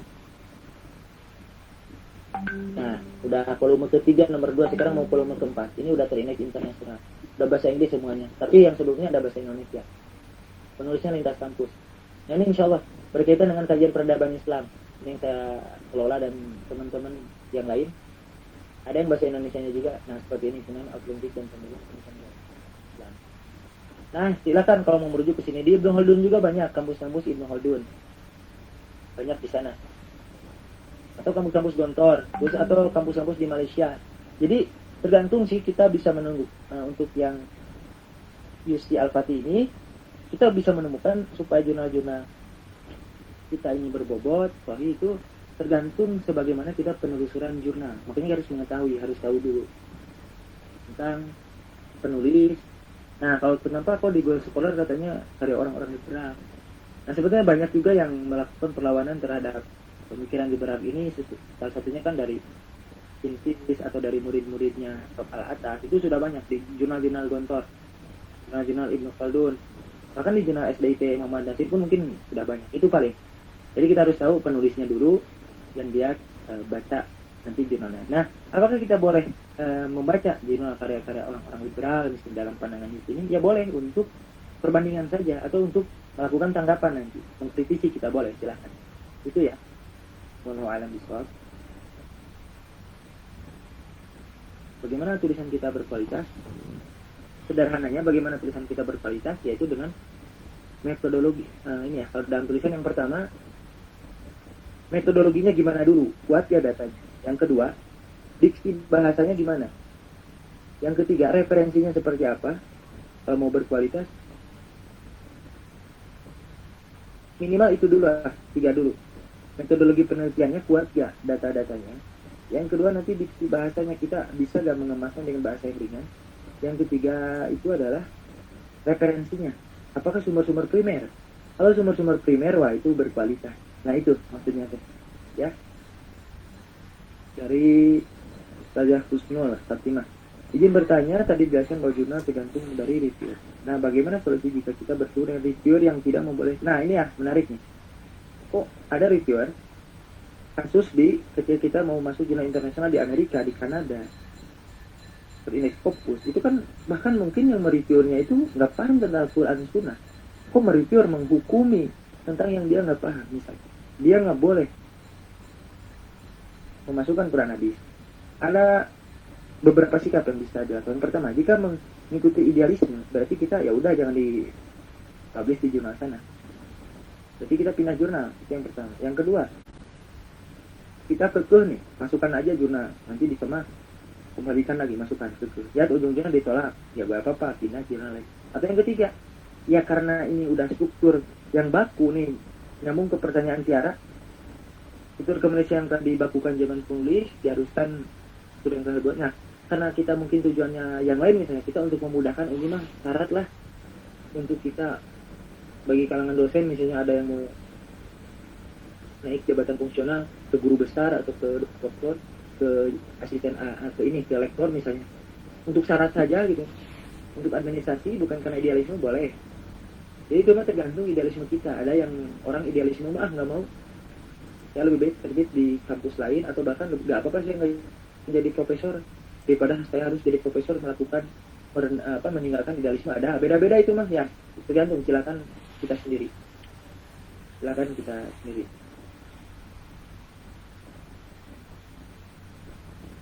Ini kebanyakan yang ikut ini ya mahasiswa ya. Kasihan nih yang anak-anak aliyah, nanti kita ada ini khusus lah. Setelah ini yang anak aliyah kita bisa menulis di tulisan lepas yang kita buat akun. Nah, dari Naufal, outline membuat, apakah adakah tipsnya juga tuh? Ada sebetulnya. Membuat outline di jurnal atau outline buku dan skripsi itu ada sebetulnya. Nah, outline di skripsi itu silakan tanyakan ke pedoman karya tulis ilmiah kampus masing-masing, itu suka ada bab 1. Ada apa? Pendahuluan. Ada latar belakang, rumusan masalah, tujuan penelitian, tematika, kerangka berpikir. Bab 2 apa? Bab 2 itu sesuai dilihat judulnya. Bab 3 metodologi penelitian, itu ya untuk outline. Tipsnya nanti mungkin bisa dibahas di lain waktu kalau ada kesempatan khusus ya. Kesempatan lain.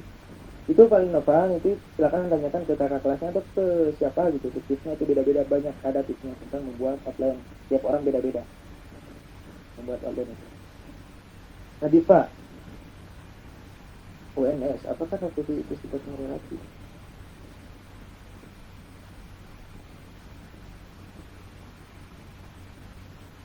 Nah, untuk novelty ini biasanya ya beda-beda ya. Ini ada di jurnal itu yang pertama, ada jurnal itu langsung nerima lagi, nggak direvisi. Ada, saya pernah mengalami. Ada yang kedua jurnal itu direvisi, ada yang sekali revisinya, ada yang 2 kali, ada yang 3 kali, ada. Ada yang ditolak saya di jurnal, ada, saya pernah ditolak oleh salah satu jurnal. Tapi pas dikirim ke jurnal lain kok diterima, nah itu ada. Ada jurnal yang gratis, OJS namanya ada. Ada jurnal yang kita dibayar, ada, karena mereka butuh tulisan. Ada yang jurnal kita bayar, ada, open access namanya, kita bayar. Ada yang 300.000, ada yang 500.000, ada yang 750.000, ada yang 1 juta, ada yang 2 juta. Kalau Scopus itu kisaran 8 juta, 15 juta. Seperti itu ya. Nah, kita harus tahu mana jurnal yang gratis, yang bayar, yang tidak, yang lain. Maksudnya itu nanti belajar bisa itu tanyakan ke dosennya ya di UNS. Mana jurnal gratis yang bayar. Kita tidak bisa dibahas di forum ini. Apakah artikel bidang ekonomi syariah boleh submission ke JKPS? Boleh. Ini JKPS. Ini indeksnya ya, udah Copernicus International Reputasi peringkat ini ya, tengah-tengah. Ada Mixed, ada Expo, ada Doaj, Garuda, Ristek, Google, kampus-kampus universitas dunia, perpus ya, ini kayak Leiden, Columbia, Harvard, Chicago. Kalau orang-orang ya, yang ininya berpikirnya ini ya, istilah nanti nama Harvard di Amerika, Oxford gitu kayak gitu teh, atau kampus-kampus Amerika, UK itu udah wah gitu. Kalau bagi saya biasa saja gitu. Kayak bertemu dengan mahasiswa kampus-kampus UK gitu ya, kayak di Cambridge University, kemudian Harvard, ya biasa saja gitu. Kalau bagi saya mah dah, kita jangan indikator seseorang kehebatan itu beda-beda kehebatan seseorang itu. Jadi mungkin orang-orang yang kuliah di Harvard bahasa Inggrisnya hebat, jurnalnya hebat, metodologinya keren. Tapi kalau kita tandingkan dengan bahasa Arab, ya mungkin di sini hebat teman-teman di sini lah yang ngambil jurusan bahasa Arab. Jadi gitu maksud saya itu, kita jangan minder gitu, jangan minder kita melihat orang dari kampus lain itu hebat gitu. Ya kita udah punya potensi masing-masing oleh Allah, itu teman-teman itu dikasih kehebatan masing-masing. Kayak misalnya contoh, saya ngobrol dengan salah satu mahasiswa dari lulusan masih kuliah di UK waktu simposium internasional PP dunia. Nah, ngobrol itu dengan lintas mahasiswa dari yang kuliah di 55 negara lebih, ngobrol saya dengan berbagai negara itu, ngobrol bagaimana kuliah di negara lain di Inggris. Bahkan di Inggris itu S2 cuma tahun kalau biasa. Kakak kelas saya ada yang S2 di Inggris tahun, langsung riset, langsung dapat gelar, udah. Rata-rata di UK S2-nya nggak tahu ya, tahun ya kalau nggak salah. Ya gitu. Jadi pas ngobrol ya biasa aja. Ada beberapa yang bagus di luar negeri, ada juga di Indonesia yang bagus. Jadi di luar negeri nggak bagus semua gitu, biasa saja. Itu maksud saya. Jadi teman-teman nggak usah silau ketika melihat tulisan luar negeri. Tapi kalau ada yang mau kuliah di luar negeri ya bagus, saya dukung, lanjutkan. Ya kalau mau ke luar negeri lanjutkan, kejar cita-cita. Tadi kan ada tuh di awal dari Imam Syafi'i, yang mau lanjut ke Yaman, ke Mekah, ke Sudan, ke Mesir, ke mana lagi ya, itu terserah teman-teman lah, mau ke Malaysia, sudah dewasa gitu, sudah bisa menentukan. Nah jadi itu ya, Ustadz Husnul, bisa. Nah karena di sini dilihat kajiannya.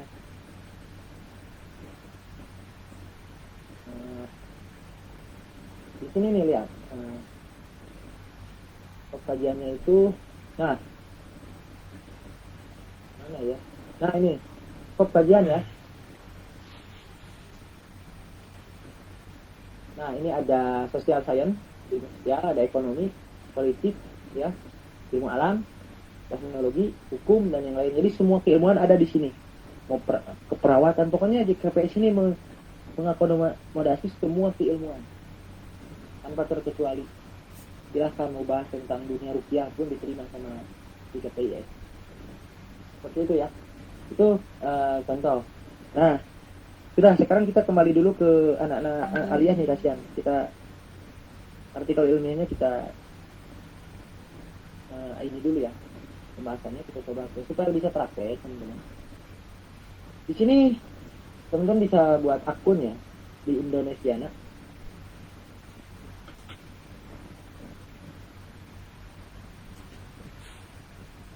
Di bawah Tempo ada yang sudah, ini selain mahasiswa yang saya ajar ya, di sini ada yang sudah tahu Indonesia ID, sudah punya akun, ada nggak di mahasiswa kampus lain sama yang aliyah, ada nggak? Nih Indonesia ID, teman-teman bisa nulis di sini nih, portal warga. Nanti mulai nulis ya, register, isi masuk lewat Google, Gmail, isi aja registrasi, daftar, nama dan seterusnya. Nanti bisa nulis di sini. Ini saya lihatin tulisan.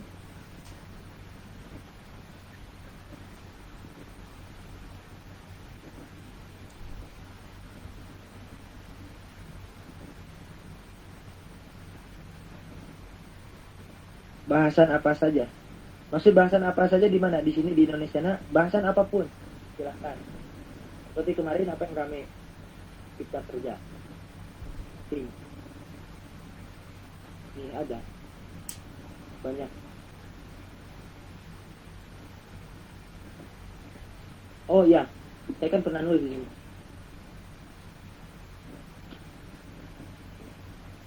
Nah,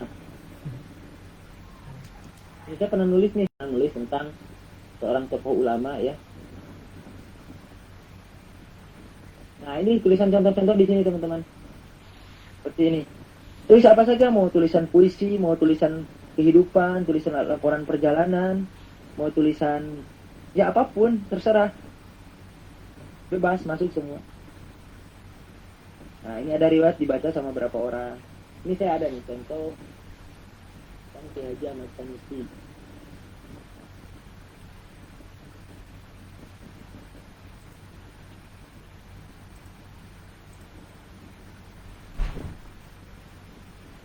Nah ini mengenal sosok Ki Haji Ahmad Sanusi, orang-orang Sukabumi mesti berbangga diri. Mulai sosok Ki Haji Ahmad Sanusi, sang pemikir dan pejuang guru perjuangan besar Jawa Barat. Jadi beliau ini luar biasa beliau pokoknya. Silahkan baca, novelnya sudah terbit, buku biografinya sudah terbit, ada PDF-nya, nanti saya share lah yang karya Pak Dr. Miftahul Falah. Kalau yang novelnya belum ada PDF-nya. Nah ini silahkan baca di sini yang ringkasannya ada. Nah gini kayak gini. Ini tulisan lepas ya anak-anak. Terkelah teman-teman silakan, di Indonesia ini bebas. Terus apa lagi? Oh ya, jajah belum dulu.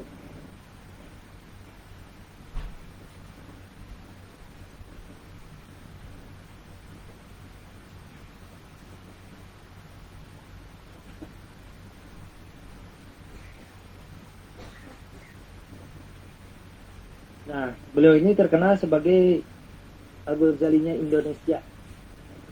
Karena beliau memang sangat menginspirasikan Imam Ghazali.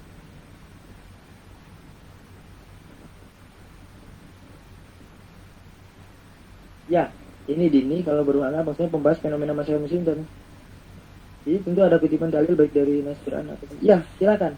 Kalau mau ada kutipan dalil, silakan. Boleh. Nah, ini tentang Kiai Abdullah bin.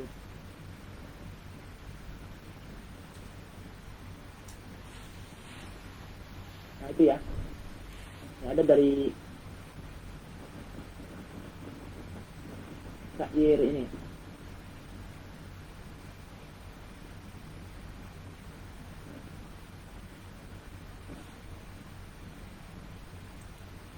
Allahu Akbar.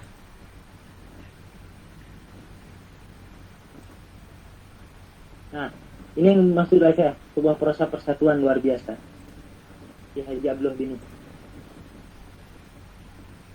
Nah, kayak gini, kadang saya ini tulisan-tulisan bersana gitu, kadang saya tulisan laporan perjalanan untuk meninggalkan jejak-jejak saya tulis gitu. Kalau anak milenial kan dengan video di Instagram, tulis laporan jalan-jalan. Para pegiat SRI kan sebetulnya mereka itu ini orang-orang yang senang traveling. Makanya mereka senang jalan-jalan, buat video, ada yang buat tulisan. Nah, lihat di usia yang ke-20 beliau berpikir menulis ini keren banget, kata saya itu.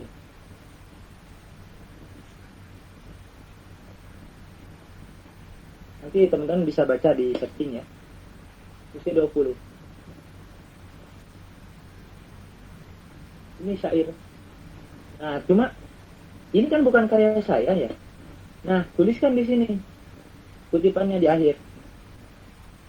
Diterjemahkan oleh Dr. Anda Hajiah Mursydah Abdullah bin dan diterbitkan oleh Yayasan Islamic Center Al-Ghazali Bogor Jawa Barat, dikutip oleh baru dalam buku Kiai Abdullah bin Al-Ghazali dari Indonesia, ulama senar kelas dunia, ulama tentara pendidik sejarah secara pemikiran ekonomi jurnalis, karya Dr. Muhammad Syafi'i Antonio MSc dan tim atau.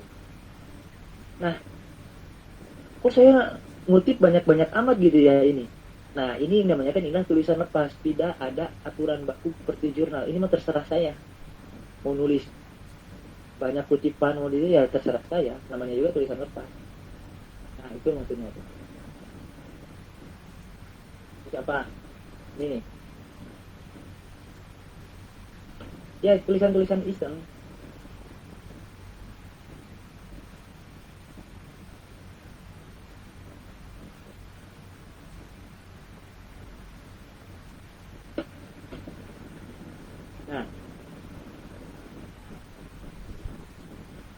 Ini tulisan iseng juga, bukan tulisan ilmiah. Lihat awalnya. Apa yang ada di pikiranmu ketika mendengar nama Singapura? Apakah kamu akan langsung teringat dengan patung Merlion? Katanya ada yang bilang, jika kamu belum berfoto dengan latar belakang patung Merlion, artinya kamu belum ke Singapura. Atau kamu akan teringat dengan Garden by Bay, sebuah taman raksasa seluas 100 hektar yang berada di belakang Marina Bay Sands. Jika bukan juga, bagaimana dengan Universal Studios yang terletak di sebuah pulau tempat wisata dengan tema film Hollywood? Nah, ini kan tulisan ini bercanda-bercanda gitu. Tulisan bercanda-bercanda sebetulnya, bukan tulisan ilmiah. Terserah kalian mau tulisan lucu-lucuan atau apa ya, terserah. Setiap orang punya passionnya masing-masing. Dan apapun yang kamu bayangkan dengan negara superpower Asia ini, ternyata di balik semua keinginan itu untuk menyejahterakan pasti di negara tersebut memerlukan perjuangan tidak mudah. Bagaimana tidak, perjuangannya harus jauh dari Kuala Lumpur. Namun saat berada di bandara negeri jiran tersebut, ternyata masih ada sesuatu yang mengganjal dalam hati ini. Yakni teringat dalam pikiran saya akan suatu pemandangan yang luar biasa dipertontonkan dari mulai bandara Soekarno-Hatta hingga bandara Kuala Lumpur. Apakah gerangan pemandangan tersebut? Nah, kayak gitu. Itu ya bercanda-bercanda sebetulnya, bukan tulisan ilmiah.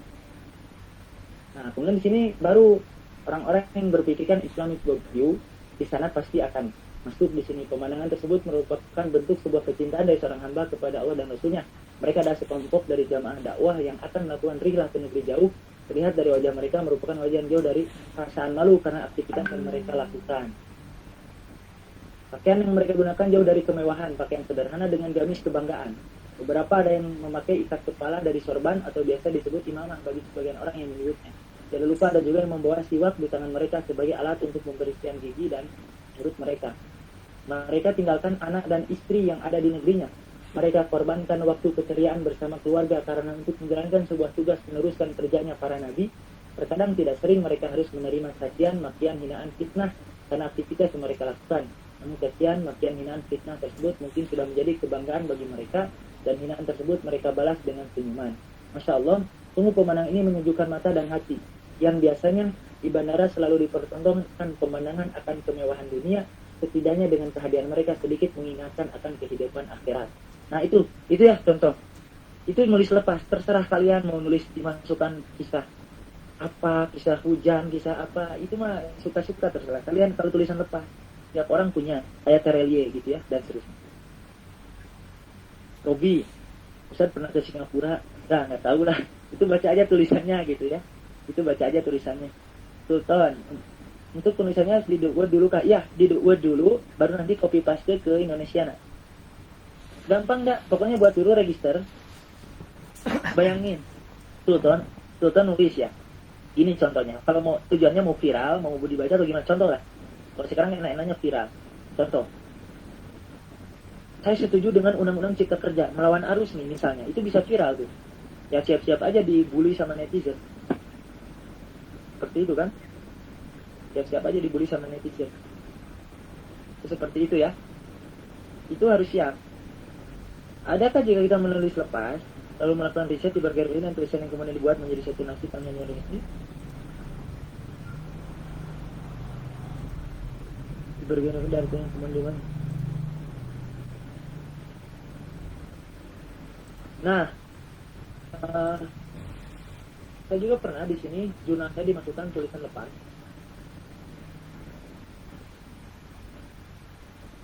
Pendidikan Al-Saibani.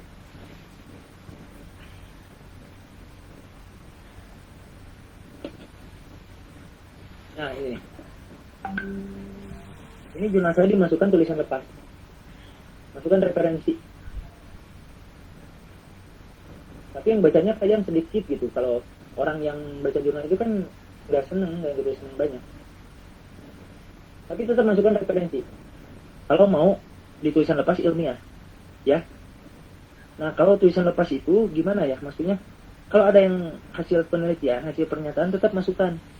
Kayak tadi nih pernyataan, menulislah karena menulislah tradisi sarjana dan ulama Samsudin Arif YSB. Nah itu harus kalau yang kayak gitu. Tapi kalau yang lain tidak. Kalau laporan perjalanan. Nah kita contoh ini Indonesia sudah ya, teman-teman bisa buat akun. Nah itu silakan nanti Al-Fursa nih tulisan hasil kajian boleh di share. Nah tadi ada yang nanya ya. Berarti kalau kita ikut kajian bisa kita bisa langsung kajian baik kajian atau kajian sangat bisa dan publish ya supaya terdokumentasikan untuk selamanya. Jangan sampai ikut kajian nggak dipublish. Nah itu jangan lanjutkan. Nanti ya kita akan teringat. Kayak ini kan udah lama tulisan saya ingat lagi kan perjalanan jejak-jejak saya ingat lagi apa yang pertemuan ingat lagi. Contoh lagi ya.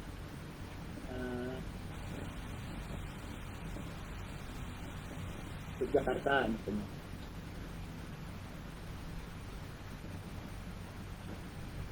Semuanya ada di sini gitu. Nah, jadi kita teringat akan kenangan-kenangan kita yang senang jalan-jalan. Nah ini Jogja semua. Dari Surabaya.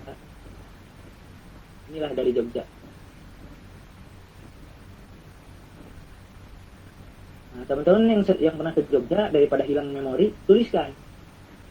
Daripada hilang. Nah ini tulisan lepas. Gak ada apa. Yogyakarta merupakan salah satu kota bersejarah di Indonesia. Di dalamnya tersimpan berbagai peristiwa besar yang masih terus digali dan dipelajari. Titik. Yogyakarta mungkin tidak asing bagi kalangan aktivis pergerakan, karena Yogyakarta merupakan salah satu kota pergerakan di Indonesia selain Jakarta dan Bandung. Maka penting sekali bagi kalangan aktivis pergerakan saat ini untuk belajar pergerakan ke Yogyakarta. Pada hari Ahad, nah ini biasa tulisan anak-anak gitu, bukan tulisan yang bagus-bagus sebetulnya. Saya ini lagi belajar nulis sama juga nih teman-teman. Dia tulisan anak-anak SMA. Pada hari Ahad, 18 November 2018. Jadi salah satu hari yang bersejarah bagi diri saya, karena pada hari tersebut diberikan kesempatan untuk menelusuri dan mengkaji kota Yogyakarta. Titik keberangkatan saya ke Jogja salah satunya dalam rangka menghadiri International Conference on Islamic Guidance and Counseling di Sunan Kalijaga Yogyakarta. Namun sangat rugi kiranya jika keberangkatan saya ke Yogyakarta tanpa disertai dengan mengerti berbagai tempat saya di kota tersebut. Saya berangkat pada hari Sabtu 17 November 2008 tepatnya pukul 16.45 sampai detail tuh dengan menggunakan kereta api dari stasiun Keracunan. Tapi saya nggak disebutkan ya harga tiket dan sebagainya. Tapi ada juga dalam kaidah penulisan perjalanan, ada beberapa kaidah juga dituliskan harga tiket masuk, harga tiket ini, makan di mana. Tapi saya enggak, itu beda-beda harga. Ini nama kereta apinya tergantung gitu. Itu kan memberikan informasi. Ada salah satu website nikreh.com, itu bagus tuh. Yang anak-anak milenial itu yang sering jalan-jalan di sana ada. Cuma mereka konsennya ke gunung, ke pantai. Kalau saya enggak, saya ke tempat sejarah. Tiap orang punya passion masing-masing. Kalau student dari Indonesia itu ke sejarah. Jadi mungkin Kajiannya itu. Ustaz Karena tempat-tempatnya kita ke tempat-tempat sejarah, wisata sejarah. Nah, keluar Google Meeting. Stasiun kayak contoh Ustaz. Bandung dan tiba di stasiun Tugu pada hari Ahad dapat itu saat ini. Ini kan tulisan biasa sebetulnya. Ya tulisan lepas, bukan tulisan bagus. Bim, Ya saya posting aja. Waktu perjalanan yang panjang saya manfaatkan dengan membaca buku karya guru saya sendiri, yakni Dr. Keja Abdul Salam dengan judul Pembelajaran dan Islam silakan Taklim dalam Al-Quran. koordinir. Buku tersebut merupakan pembelian langsung dari penulisnya, namun baru saat ini berkesempatan untuk membacanya. Nah, dan seterusnya lah. Nah, baru di sini masuk ciri khas kalau saya nulis itu masuk di sini ke sejarahnya. Saat berada di stasiun Tugu, saya teringat kisah di balik pemindahan ibu kota Republik Indonesia dari Jakarta ke Jogja.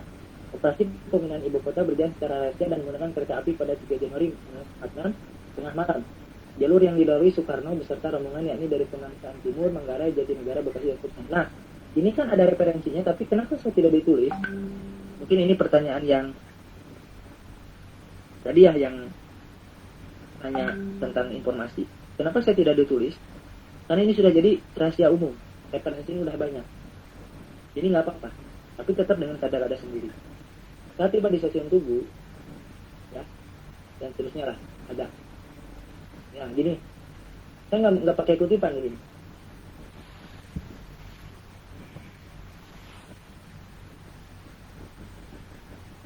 Nah, sementara itu yang menjadi daya tarik saya berkunjung ke keraton tidak lepas dari ingin menulis pengakuan Sri Sultan Hamengkubuwono X. Nah, hubungan keraton Yogyakarta dan kekhalifahan Utsmani di Turki berdasarkan pidato Sri Sultan Hamengkubuwono X pada pembukaan Kongres Umat Islam Indonesia yang ke-6 dan 9 Februari 2015 di Yogyakarta. Pada 1479, Sultan Turki mengukuhkan Raden Patah. Nah, ini baru pakai referensi karena ini berdasarkan pidato ini apa? Sri Sultan Hamengkubuwono X. Tapi referensinya nggak kayak jurnal, masukin halaman, enggak. Ini mah kayak gini. Terus ini dikutip. Ada kaidahnya pakai titik 2 karena ini langsung. Bagi Khalifatul Tanah Jawa, perwakilan Khalifah Islam Turki untuk Tanah Jawa dengan penyerahan bendera La ilaha illallah berwarna ungu kesamaan terbuat dari kain tuah Abah yang bertulis bendera bertuliskan Muhammad Rasulullah berwarna hijau. Duplikatnya tersimpan di Keraton Jogja sebagai pusaka penanda keabsahan Kesultanan Yogyakarta Hadijrat Wakil Khalifah Turki, ungkapnya. Nah itu ya, seperti itu kalau tulisan lepas. Referensinya tidak mesti dituliskan referensi khusus enggak kayak gini. Setelah dari keraton, saya melanjutkan perjalanan ke makam pahlawan Islam yang utama, guru bangsa, Raja Tanpa Mahkota, yakni Haji Umar Said Kesuaminyoto. Beliau merupakan seorang pemimpin organisasi syariat Islam. Tokoh yang lebih dikenal dengan HLC Kesuaminyoto yang lahir di Tegalsari, Ponorogo, Jawa Timur pada 16 Agustus 82 dan wafat 17 Desember 34 di Jogja. Ini kan nggak pakai kutipan, karena sudah jadi rahasia umum, ya. Terus, Jamiah. nah ini waktu itu. Setelah itu saya melanjutkan ziarah ke makam Kiai Haji Ahmad Dahlan selaku pendiri Muhammadiyah. Karena tidak lengkap rasanya jika berkunjung ke Jogja jika tidak berziarah ke Kiai Haji Ahmad Dahlan. Ziarah saya kepada para tokoh Muhammadiyah menjadi momen yang tidak akan terlupakan karena bertepatan dengan momentum Milad Muhammadiyah ke-106 18 November 2012. Kebetulan waktu itu 18 November pas waktu Milad Muhammadiyah ke-106. Selain makam Kiai Ahmad Dahlan, di sana dimakamkan juga pendiri himpunan mahasiswa Islam, yakni Profesor Dr. Lasan Pane yang saat ini telah mendapatkan gelar sebagai pahlawan nasional. Nah itu ya, ini kayak gini kisah-kisah kayak gini teman-teman, hidup teman-teman itu akan jadi sejarah untuk anak cucu, ya. Seandainya kita belum mengetahui leluhur kita, penting dalam Islam mengetahui nasab itu penting. Teman-teman telusuri Pancakaki, leluhur teman-teman itu siapa, itu penting. Bukan untuk sombong-sombongan, misalnya di sini ada keturunan sultan, keturunan mujahid, keturunan syuhada, keturunan ulama besar, bukan. Tapi untuk apa? Untuk meneruskan perjuangan Ya, dan mantap. untuk menumbuhkan rasa malu. Saya Sebetulnya. Jika kita keturunan koordinir dulu Habib kita malu loh. Kalau kita mau melakukan berkhianat sambil kepada mencet perjuangan, Habib. kita melakukan. pertanyaannya transaksi dipilih jabatan oleh yang Ustaz. merugikan rakyat. Oke, Kalau betul, kita Kang tentang Ibadur keturunan Rahman, bulan, barakallahu kita fiik, malu kalau mantap. melakukan Jadi kemaksiatan. tadi Nah itu tujuannya Alimul bukan untuk Jamiah berbangga-bangga. atau Islam Kita ini keturunan A, yang keturunan B, berpegang enggak, teguh Quran bukan. Sunnah. Bahkan Nah, Ironis Dewa sering bilang Ibadur Rahman itu adalah adiknya Raka Rahmat. dalam forumnya sebetulnya saya ini, kata Kironi, sebetulnya saya ini lebih baik jadi orang biasa. Berat bagi saya menjadi keturunan Diponegoro karena beban ini perjuangannya. Jadi bukan berbangga-bangga dalam Islam itu ya. Nah teman-teman di sini mungkin ada keturunan ulama besar, keturunan sultan, keturunan tokoh lah. Nah itu lanjutkan perjuangan itu. Nah pertanyaannya, jika orang tua kita bukan keturunan siapa-siapa, maka solusinya buatlah bangga anak cucu kita dengan apa yang kita lakukan hari ini. Jadi kita tinggalkan jejak yang membanggakan untuk keturunan kita, anak cucu kita di masa depan. Mereka akan bangga bahwa kakek buyut saya itu adalah pejuang. Kakek buyut saya ini syahid dalam perjuangan. Kakek buyut saya ini gugur dalam jihad fisabilillah. Nah minimal gitu, kalau kita bukan keturunan siapa-siapa ya buatlah anak cucu kita itu bangga dengan apa yang kita lakukan hari ini. Itu ya. Ini dari Sipa.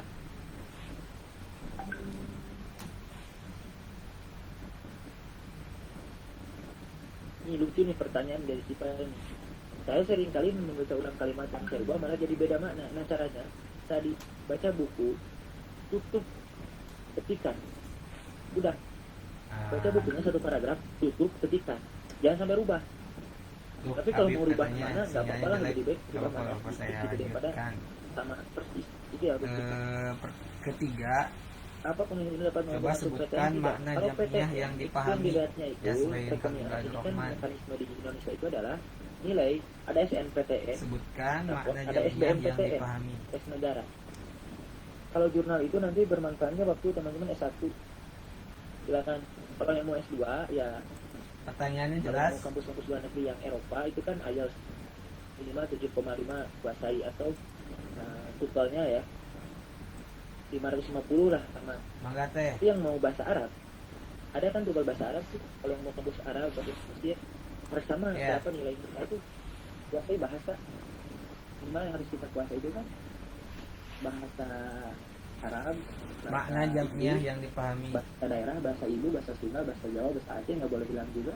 Sama bahasa Indonesia. 4 bahasa cukup.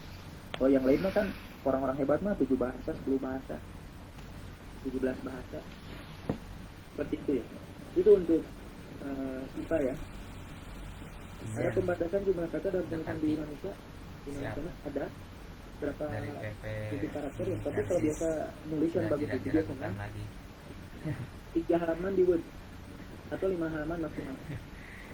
Biar kenalan. Atau Mantap. maksudnya Berarti 1 sampai 3 rata-rata, sudah 1 sampai 3. dua Karena orang melihat yang tulisan-tulisan di mendapatkan media surprise. mainstream para Selamat. tokoh itu biasanya Tadi yang juga dipegang orang itu kan pertanyaannya sederhana, nggak usah banyak. Tulisan apa sih? bagus. Banyak-banyak Ini tidak lama. Alvira, barakallahu fiik, 3 orang. Dan selanjutnya terakhir mungkin Berarti bagi kemauan dan kaum percaya diri ulama. menjadi pendorong utama Yang hidup ini bukan keempat, sebutkan argumentasi kalian ya, kenapa harus kemauan percaya diri itu. berjamaah Yang pertama percaya diri dulu dan lah. Milih. berjamiah. Kalau harus nunggu Sini ada sempurna nggak Citra, akan Alvira, terbit-terbit. ada Busahil. Di dunia ini nggak ada yang manusia yang sempurna teman-teman. Silakan. Ya kecuali kalau Argumen yang kalian itu kenapa juga harus seperti berjamaah dan Nabi berjamiah. Salam kan sempurna beliau. Nah bagi kita manusia biasa kesempurnaan itu nggak ada, ada kekurangan. Maka lanjut aja, coba nulis nanti juga ada bisa diedit. Di sini bisa diedit ya. Ada Jadi kalau udah Sanggup publish ada yang salah menjawab. diedit. Citra, Zahratul Khairo, ada Kemudian, Alvira, ada First menunjukkan Name, percaya diri Abu memperlukan Sahil. Gimana ya? Setiap orang punya indikator masing-masing untuk menunjukkan percaya diri. Kalau Beda-beda. tiga. Kalau saya itu orangnya tidak mau ribet dengan Teh Asri bisa ngejawab. Teh Asri orang lain gitu. Mau Diborong bilang bae, apa ya Teh biasa Asri. aja kalau begitu. Karena nggak akan ngaruh. Gitu. Tapi kan ada orang yang suka baper, dibilang, kamu gimana jelek, down, ada kan. Atau begitu kan Ah. biasa saja. Kenapa aja itu untuk memacu lah atau kita Kang untuk Ibadur bicara. Rahman Nah itu silakan. jadi setiap orang untuk percaya diri beda-beda. Ada Kalau saya mah edukasi ke langsung aja anak-anak. tapi atau gini aja, sangat yang lain pun sama-sama belajar nulis gitu ya. Tapi namanya juga belajar. Pertanyaan masih banyak nih. benefit Nih ada yang baru bergabung, Rama. benefit Ada pertanyaan, beda-beda. bisa Kalau dari uang dijawab nggak ada dengan ya, singkat, kalau uang nggak ada ya, sebetulnya padat. karena nggak ngasih kalau Pertanyaannya portal gini, kecuali kalau adalah nulis di argumentasi Republika, kalian kenapa koran harus di berjamaah koran dan Kompas, berjam-jam. koran pikiran rakyat, koran rada-rada daerah itu ada. Kalau ini nggak ada. Cuma Kalau yang saya lama, alami yang pertama kalau biasanya lagi. teman-teman bisa nanti namanya bisa Kalau dikenal, nggak ada, saya terus akan bisa buat jawab. portofolio buat CV juga, terus bisa juga dihubungi Tadi Saya dalilnya surat Ali Imran nulis ayat di 103. kumparan.com saya dihubungi oleh mahasiswa universitas Ya, di satu universitas di 104, Jawa, daerah 103 Jawa, wa'tasimu untuk menjadi narasumber wa'tasimu kursi hidup mereka. bihablillahi jami'an wa la Nah itu tafarraqu. bisa gitu, ada yang menghubungi nanti. Atau saya pernah di Paket, republika.co.id kan nulis, saya diundang Yang Anda acara pahami, konferensi justru ayat pemuda itu ketika Muslim internasional membahas pembebasan Al-Aqsa dan cita-cita Palestina besar di wal Bandar Lampung. takun minkum Bertemu itu, ummatan bertemu dengan tokoh-tokoh Nabi pemuda Muhammad. seluruh Indonesia. Nah itu biasanya kami kayak hal-hal yang kayak senantiasa gitu. berjamaah dan Tapi itu kan berjanji. skenario Allah sebetulnya. Kita Konsep jangan niat besarnya kayak gitu, itu jangan adalah niat ayat gini, sebelumnya. Saya nggak ada niat, nggak ada Allah niat. haqqa tuqatih. Itu mah murni, sudah menjadi Konsep ketetapan besarnya yang itu. kehendak yang maha Makanya, kuasa itu. Dalam apabila keadaan berjamaah itu udah berjamiah ini, tidak udah mendekati terhadap konsep teman-teman kayak gini tersebut harus berarti beda gitu dan terus terhadap kayak gitu. Kalau cita-cita gitu nanti biar Allah yang mengurus. Nah itu mungkin pertemuan hari ini. Apa itu Terima kasih benefitnya? THSRI Ya. telah membersamai kami Ibn Rahman, Citra, Bagaimana kita tahu kalau ini termasuk dan rahasia umum? Profero Alvira. Saya undur diri. Bagaimana Terima kita kasih tahu semuanya. biasanya Assalamualaikum warahmatullahi wabarakatuh. tergantung banyak baca kita. Banyak baca kita akan tahu oh, ini udah rahasia ini. Tergantung seberapa banyak kita membaca. Dan memang baca-baca itu sulit sekarang itu jarang gitu ya. Teman-teman membaca itu lebih sekarang itu nilainya itu lebih senang di YouTube mendengarkan dan yang lainnya gitu ya. Lebih ke mendengar kalau baca itu. Maka teman-teman di sini syukur kalau senang baca, syukur. Lebih senang baca daripada stalking di media gitu ya. Malam-malam lebih baik baca. Ada waktu kan sejam itu berapa ratus halaman yang mau dibaca. Sehari itu berapa puluh, minimal sehari bolehlah 50 atau 100 halaman. Istiqomah gitu tiap malam atau tiap subuh. Gantung teman-teman baca mau kapan. Silahkan. Nah, ini Indonesia sudah. Sekarang kumparan.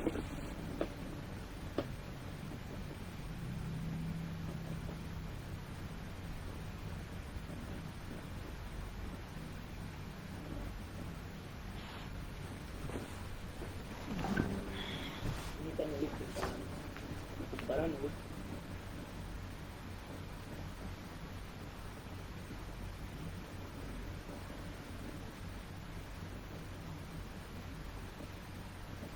Nah, ini kopian. Ini kumparan. Ada nih mungkin. Siap diajar nih. Pahlawan di Cirebon yang dinanti Kiai Haji Hasyim Asy'ari. Nah ini menarik teman-teman. Kenapa sih ada seorang ini di sini saya katakan? Saya baru tahu juga. Itu di chat. Nah,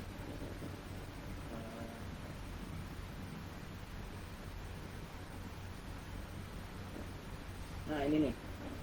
Dalam sebuah majelis Kiai Haji Abdul Majid Ridwan, termasuk yang merupakan tokoh pernah menyampaikan sebuah pertanyaan.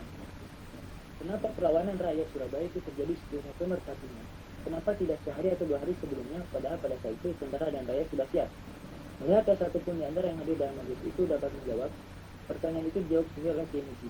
Jawabannya adalah saat itu belum diizinkan Kiai Haji Hasyim Asy'ari untuk memulai pertempuran. Karena tidak diizinkan, ternyata Kiai Hasyim Asy'ari menunggu kekasih Allah dari Cirebon yang akan datang menjaga langit Surabaya. Beliau adalah Kiai Haji Abbas Abdul Jamil dari pesantren Bun dari Cirebon dan Kiai Haji itu dari pesantren Babakan Suwarini Cirebon. Nah seperti itu. Jadi ini kutipan-kutipan dalam tulisan lepas caranya. Nah, kemudian berapa lama menunggu sebuah artikel yang di kota lain tidak diketahui mau dikirim ke kota lain? Nah, kalau Indonesiana, kumparan Kompasiana itu kan bukan seperti kayak republika.id ada seleksi redaktur. Kalau kumparan Indonesiana Kompasiana itu pasti terbit. Karena itu portal warga mau tulis apapun pasti terbit ya, kecuali Indonesia lah ada editornya 1-2, tapi mayoritas terbit itu ya, mayoritas terbit untuk Kompasiana. Jadi nanti coba aja kumparan buka daftar publikasi pakai email ya kan. Ini di sini saya dituliskan lagi saudara Islam.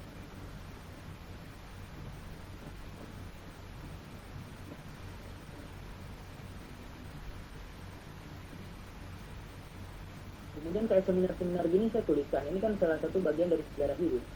Bisa tulisan untuk nanti minimal nanti kalau ke depan bisa jadi buku gitu. Minimal ke depan bisa jadi buku. Nah, nanti ada yang komentar kan, komunikasi kayak gitu. Ini tulisan-tulisan. Ya tulisannya sebenarnya bukan tulisan berbobot, tulisan biasa saja. Kayak gini. Santri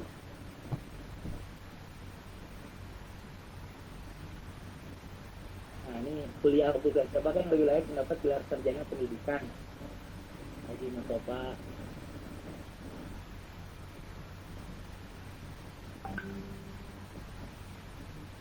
Ini yang wisuda. Nah itu momen-momen penting teman-teman tuliskan dalam hidup teman. Kalau dia perempuan kan di diari ya dituliskan. Nah kita bisa di kayak gini. Itu saya wisuda kan. Nah, ini yang mau bersaya bagi para wisuda tak terjadi bagi diri saya ini sederhana gitu. Perasaan gembira, haru dan sedih mengurangkan diri ini mungkin apa yang saya rasakan hanya juga dirasakan wisuda lainnya. 4 tahun perjuangan menjalankan proses di hukum UPI terbaik sudah pada umur tersebut. Orang tua, keluarga dan para sahabat itu saya kebahagiaan. Ucapan selamat boleh berganti berdatangan dari teman-teman seperjuangan. Meski sudah merupakan momen yang sakral dan sudah menjadi tradisi dalam masyarakat. Yang merasakan kebahagiaan bukan saja para wisuda, tapi sama keluarga pun itu sama yang sama dan seterusnya. Tulisan-tulisan biasa saja gitu. Dan mengapa ketika Hime, Upi dan Mas Upi dilantunkan, mata ini tak terasa mulai meneteskan air. Mata teringat 4 tahun yang lalu ketika mengkaku Upi dari berdua melantunkan Hime, Upi dan Mas Upi di gedung yang sama, tetapi sekarang dilakukan dalam suasana yang berbeda. Ketika proses wisuda tersebut berlangsung, saya sedikit mengingat waktu belakang yang tidak terasa waktu 4 tahun berjalan begitu cepat, teringat dan seterusnya lah. Nah ini kayak gini. Boleh, jadi anak-anak buat akun ya.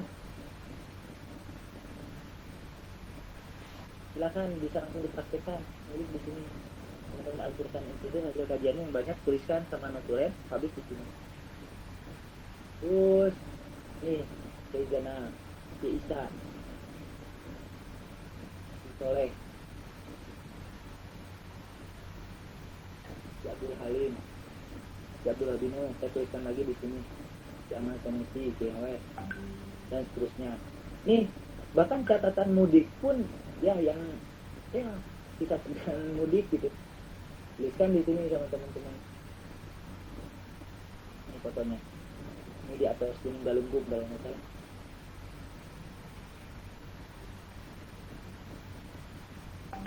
Backgroundnya beda-beda, silakan teman-teman memilih background kerja atau apa silakan beda. Nah, ada tulisan yang berbeda dalam menyebut hari raya Idul Fitri 14 Zulhijjah. Tulisan yang belum pernah dirasakan selama hidup saya, yakni harus merasakan berhari raya tidak dengan orang tua dan keluarga sebenarnya biasanya saya rasakan dari udah. Pada tahun ini saya penuhi panggilan guru dan alma mater karena bagi seorang santri tidak ada alasan lain untuk segera memenuhi dan melaksanakan seruan ketika guru dan alma mater memenuhi. Penuhi panggilan dan melaksanakan perintah tersebut semata-mata mengharap ke guru dan kesempurnaan dalam beralma mater. Saya menjadi santri di PPN itu saya kemudian diberikan amanah di salah satu jabatan pengurus. Itu ucapan dan perintah dari satu orang guru kami kepada saya supaya membagi persiapan salat Idul Fitri di pondok bagi para pengurus khususnya rois ataupun wakil rois bersama Tuti pasti merasakan minimal 1 kali berhari raya di pondok. Nah itu kayak gini, nggak bukan tulisan yang apa contohnya apa lagi ya, semuanya bebas kan, baik disesuaikan hakiki pada bulan Ramadan membantu membangun perjuangan dan persatuan, pesan persatuan dari konferensi pemuda muslim internasional yang tadi saya ceritakan yang di Nang Lampung tuh, bukan saya di sini.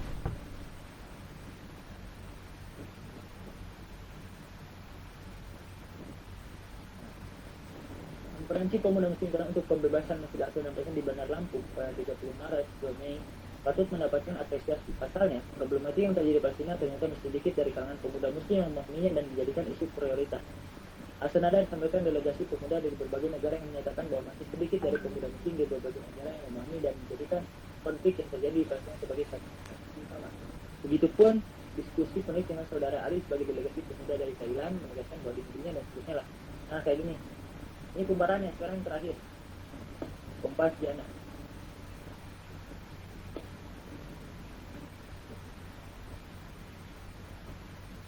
Saya jawab dulu pertanyaan.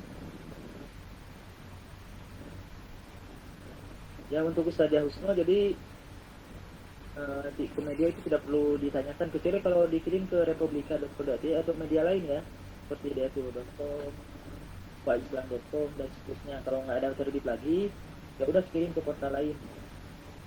Tapi kalau Kompasiana mah pasti terbit, jadi boleh di Kompasiana dipublish, di Kumparan, di Indonesia boleh. Saya kan publish tiga-tiganya tuh, karena beda ininya, segmennya. Ada yang bilang kalau tulisan di portal umum begitu ada kekhawatiran ide kita diambil orang sebelum kita sempat menulis. Nah, ini ya. Gak apa-apa kalau misalnya yang lain diambil, berarti kan itu plagiat, tidak gitu. Ide kita, tidak gitu. Nah, kalau mau nulis jadi buku nanti ya udah nanti di portal umumnya dihapus. Kalau kita mau jadi buku, hapus dulu yang di portal umum. Itu gitu saja solusinya untuk dini itu. Kalau mengirim ke Kumparan Indonesia, apakah ada aturan khusus margin setelah tulisan jumlah halaman? Nggak ada. Jadi Ustazah Husman ini bisa nulis buat dulu 3 halaman. Silakan mau Tensna Roman 12, biasanya gitu sih, Tensna Roman 12, spasinya 1,5, udah gitu aja. Margin nggak ada nanti karena nanti di copy paste kan ya. Seperti itu. Ya itu seperti itu teman-teman. Untuk pertemuan kita kali ini nggak terasa ya 2 jam. Alhamdulillah saya senang berbincang-bincang sama teman-teman di sini, belajar bersama. Terima kasih. Mohon maaf bila ada kekurangan di sini. Insya Allah banyak para penulis hebat. Teman-teman ditunggu tulisannya ya. Nanti bisa ini ke panitia saling sharing di grup berkaitan dengan tulisan-tulisan. Jadi intinya kita kenapa sih saya kok masuk ke Kompasiana? Karena di sini ada yang teman-teman aliyah gitu. Kalau jurnal semua kasihan, bingung apa itu jurnal, apa itu tulis ilmiah. Nah, makanya tadi dituliskan sampaikan ada fitur tulisnya. Dan yang terakhir sebelum ditutup, saya mengenalkan dulu Sirnila Indonesia. Teman-teman bisa berinfo lebih lanjut silakan hubungi Sirnila Indonesia. Ini sudah Sirnila Indonesia. Silahkan bisa di follow ya, diikuti. Nah, ini berbeda dengan sejarah dan punya ada. Nah, ini baru posting Kawatasari. Ini penulisnya semuanya para penulis yang nulis berbasis data.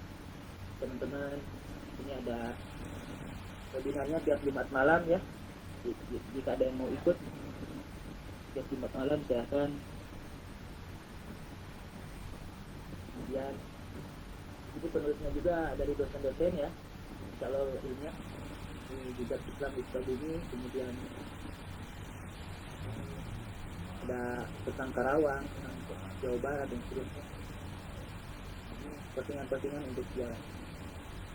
Dukungan-dukungan juga dari kawan-kawan kita dari berbagai dunia ya. Ada dukungan di sini. Teman-teman bisa, nah ini contoh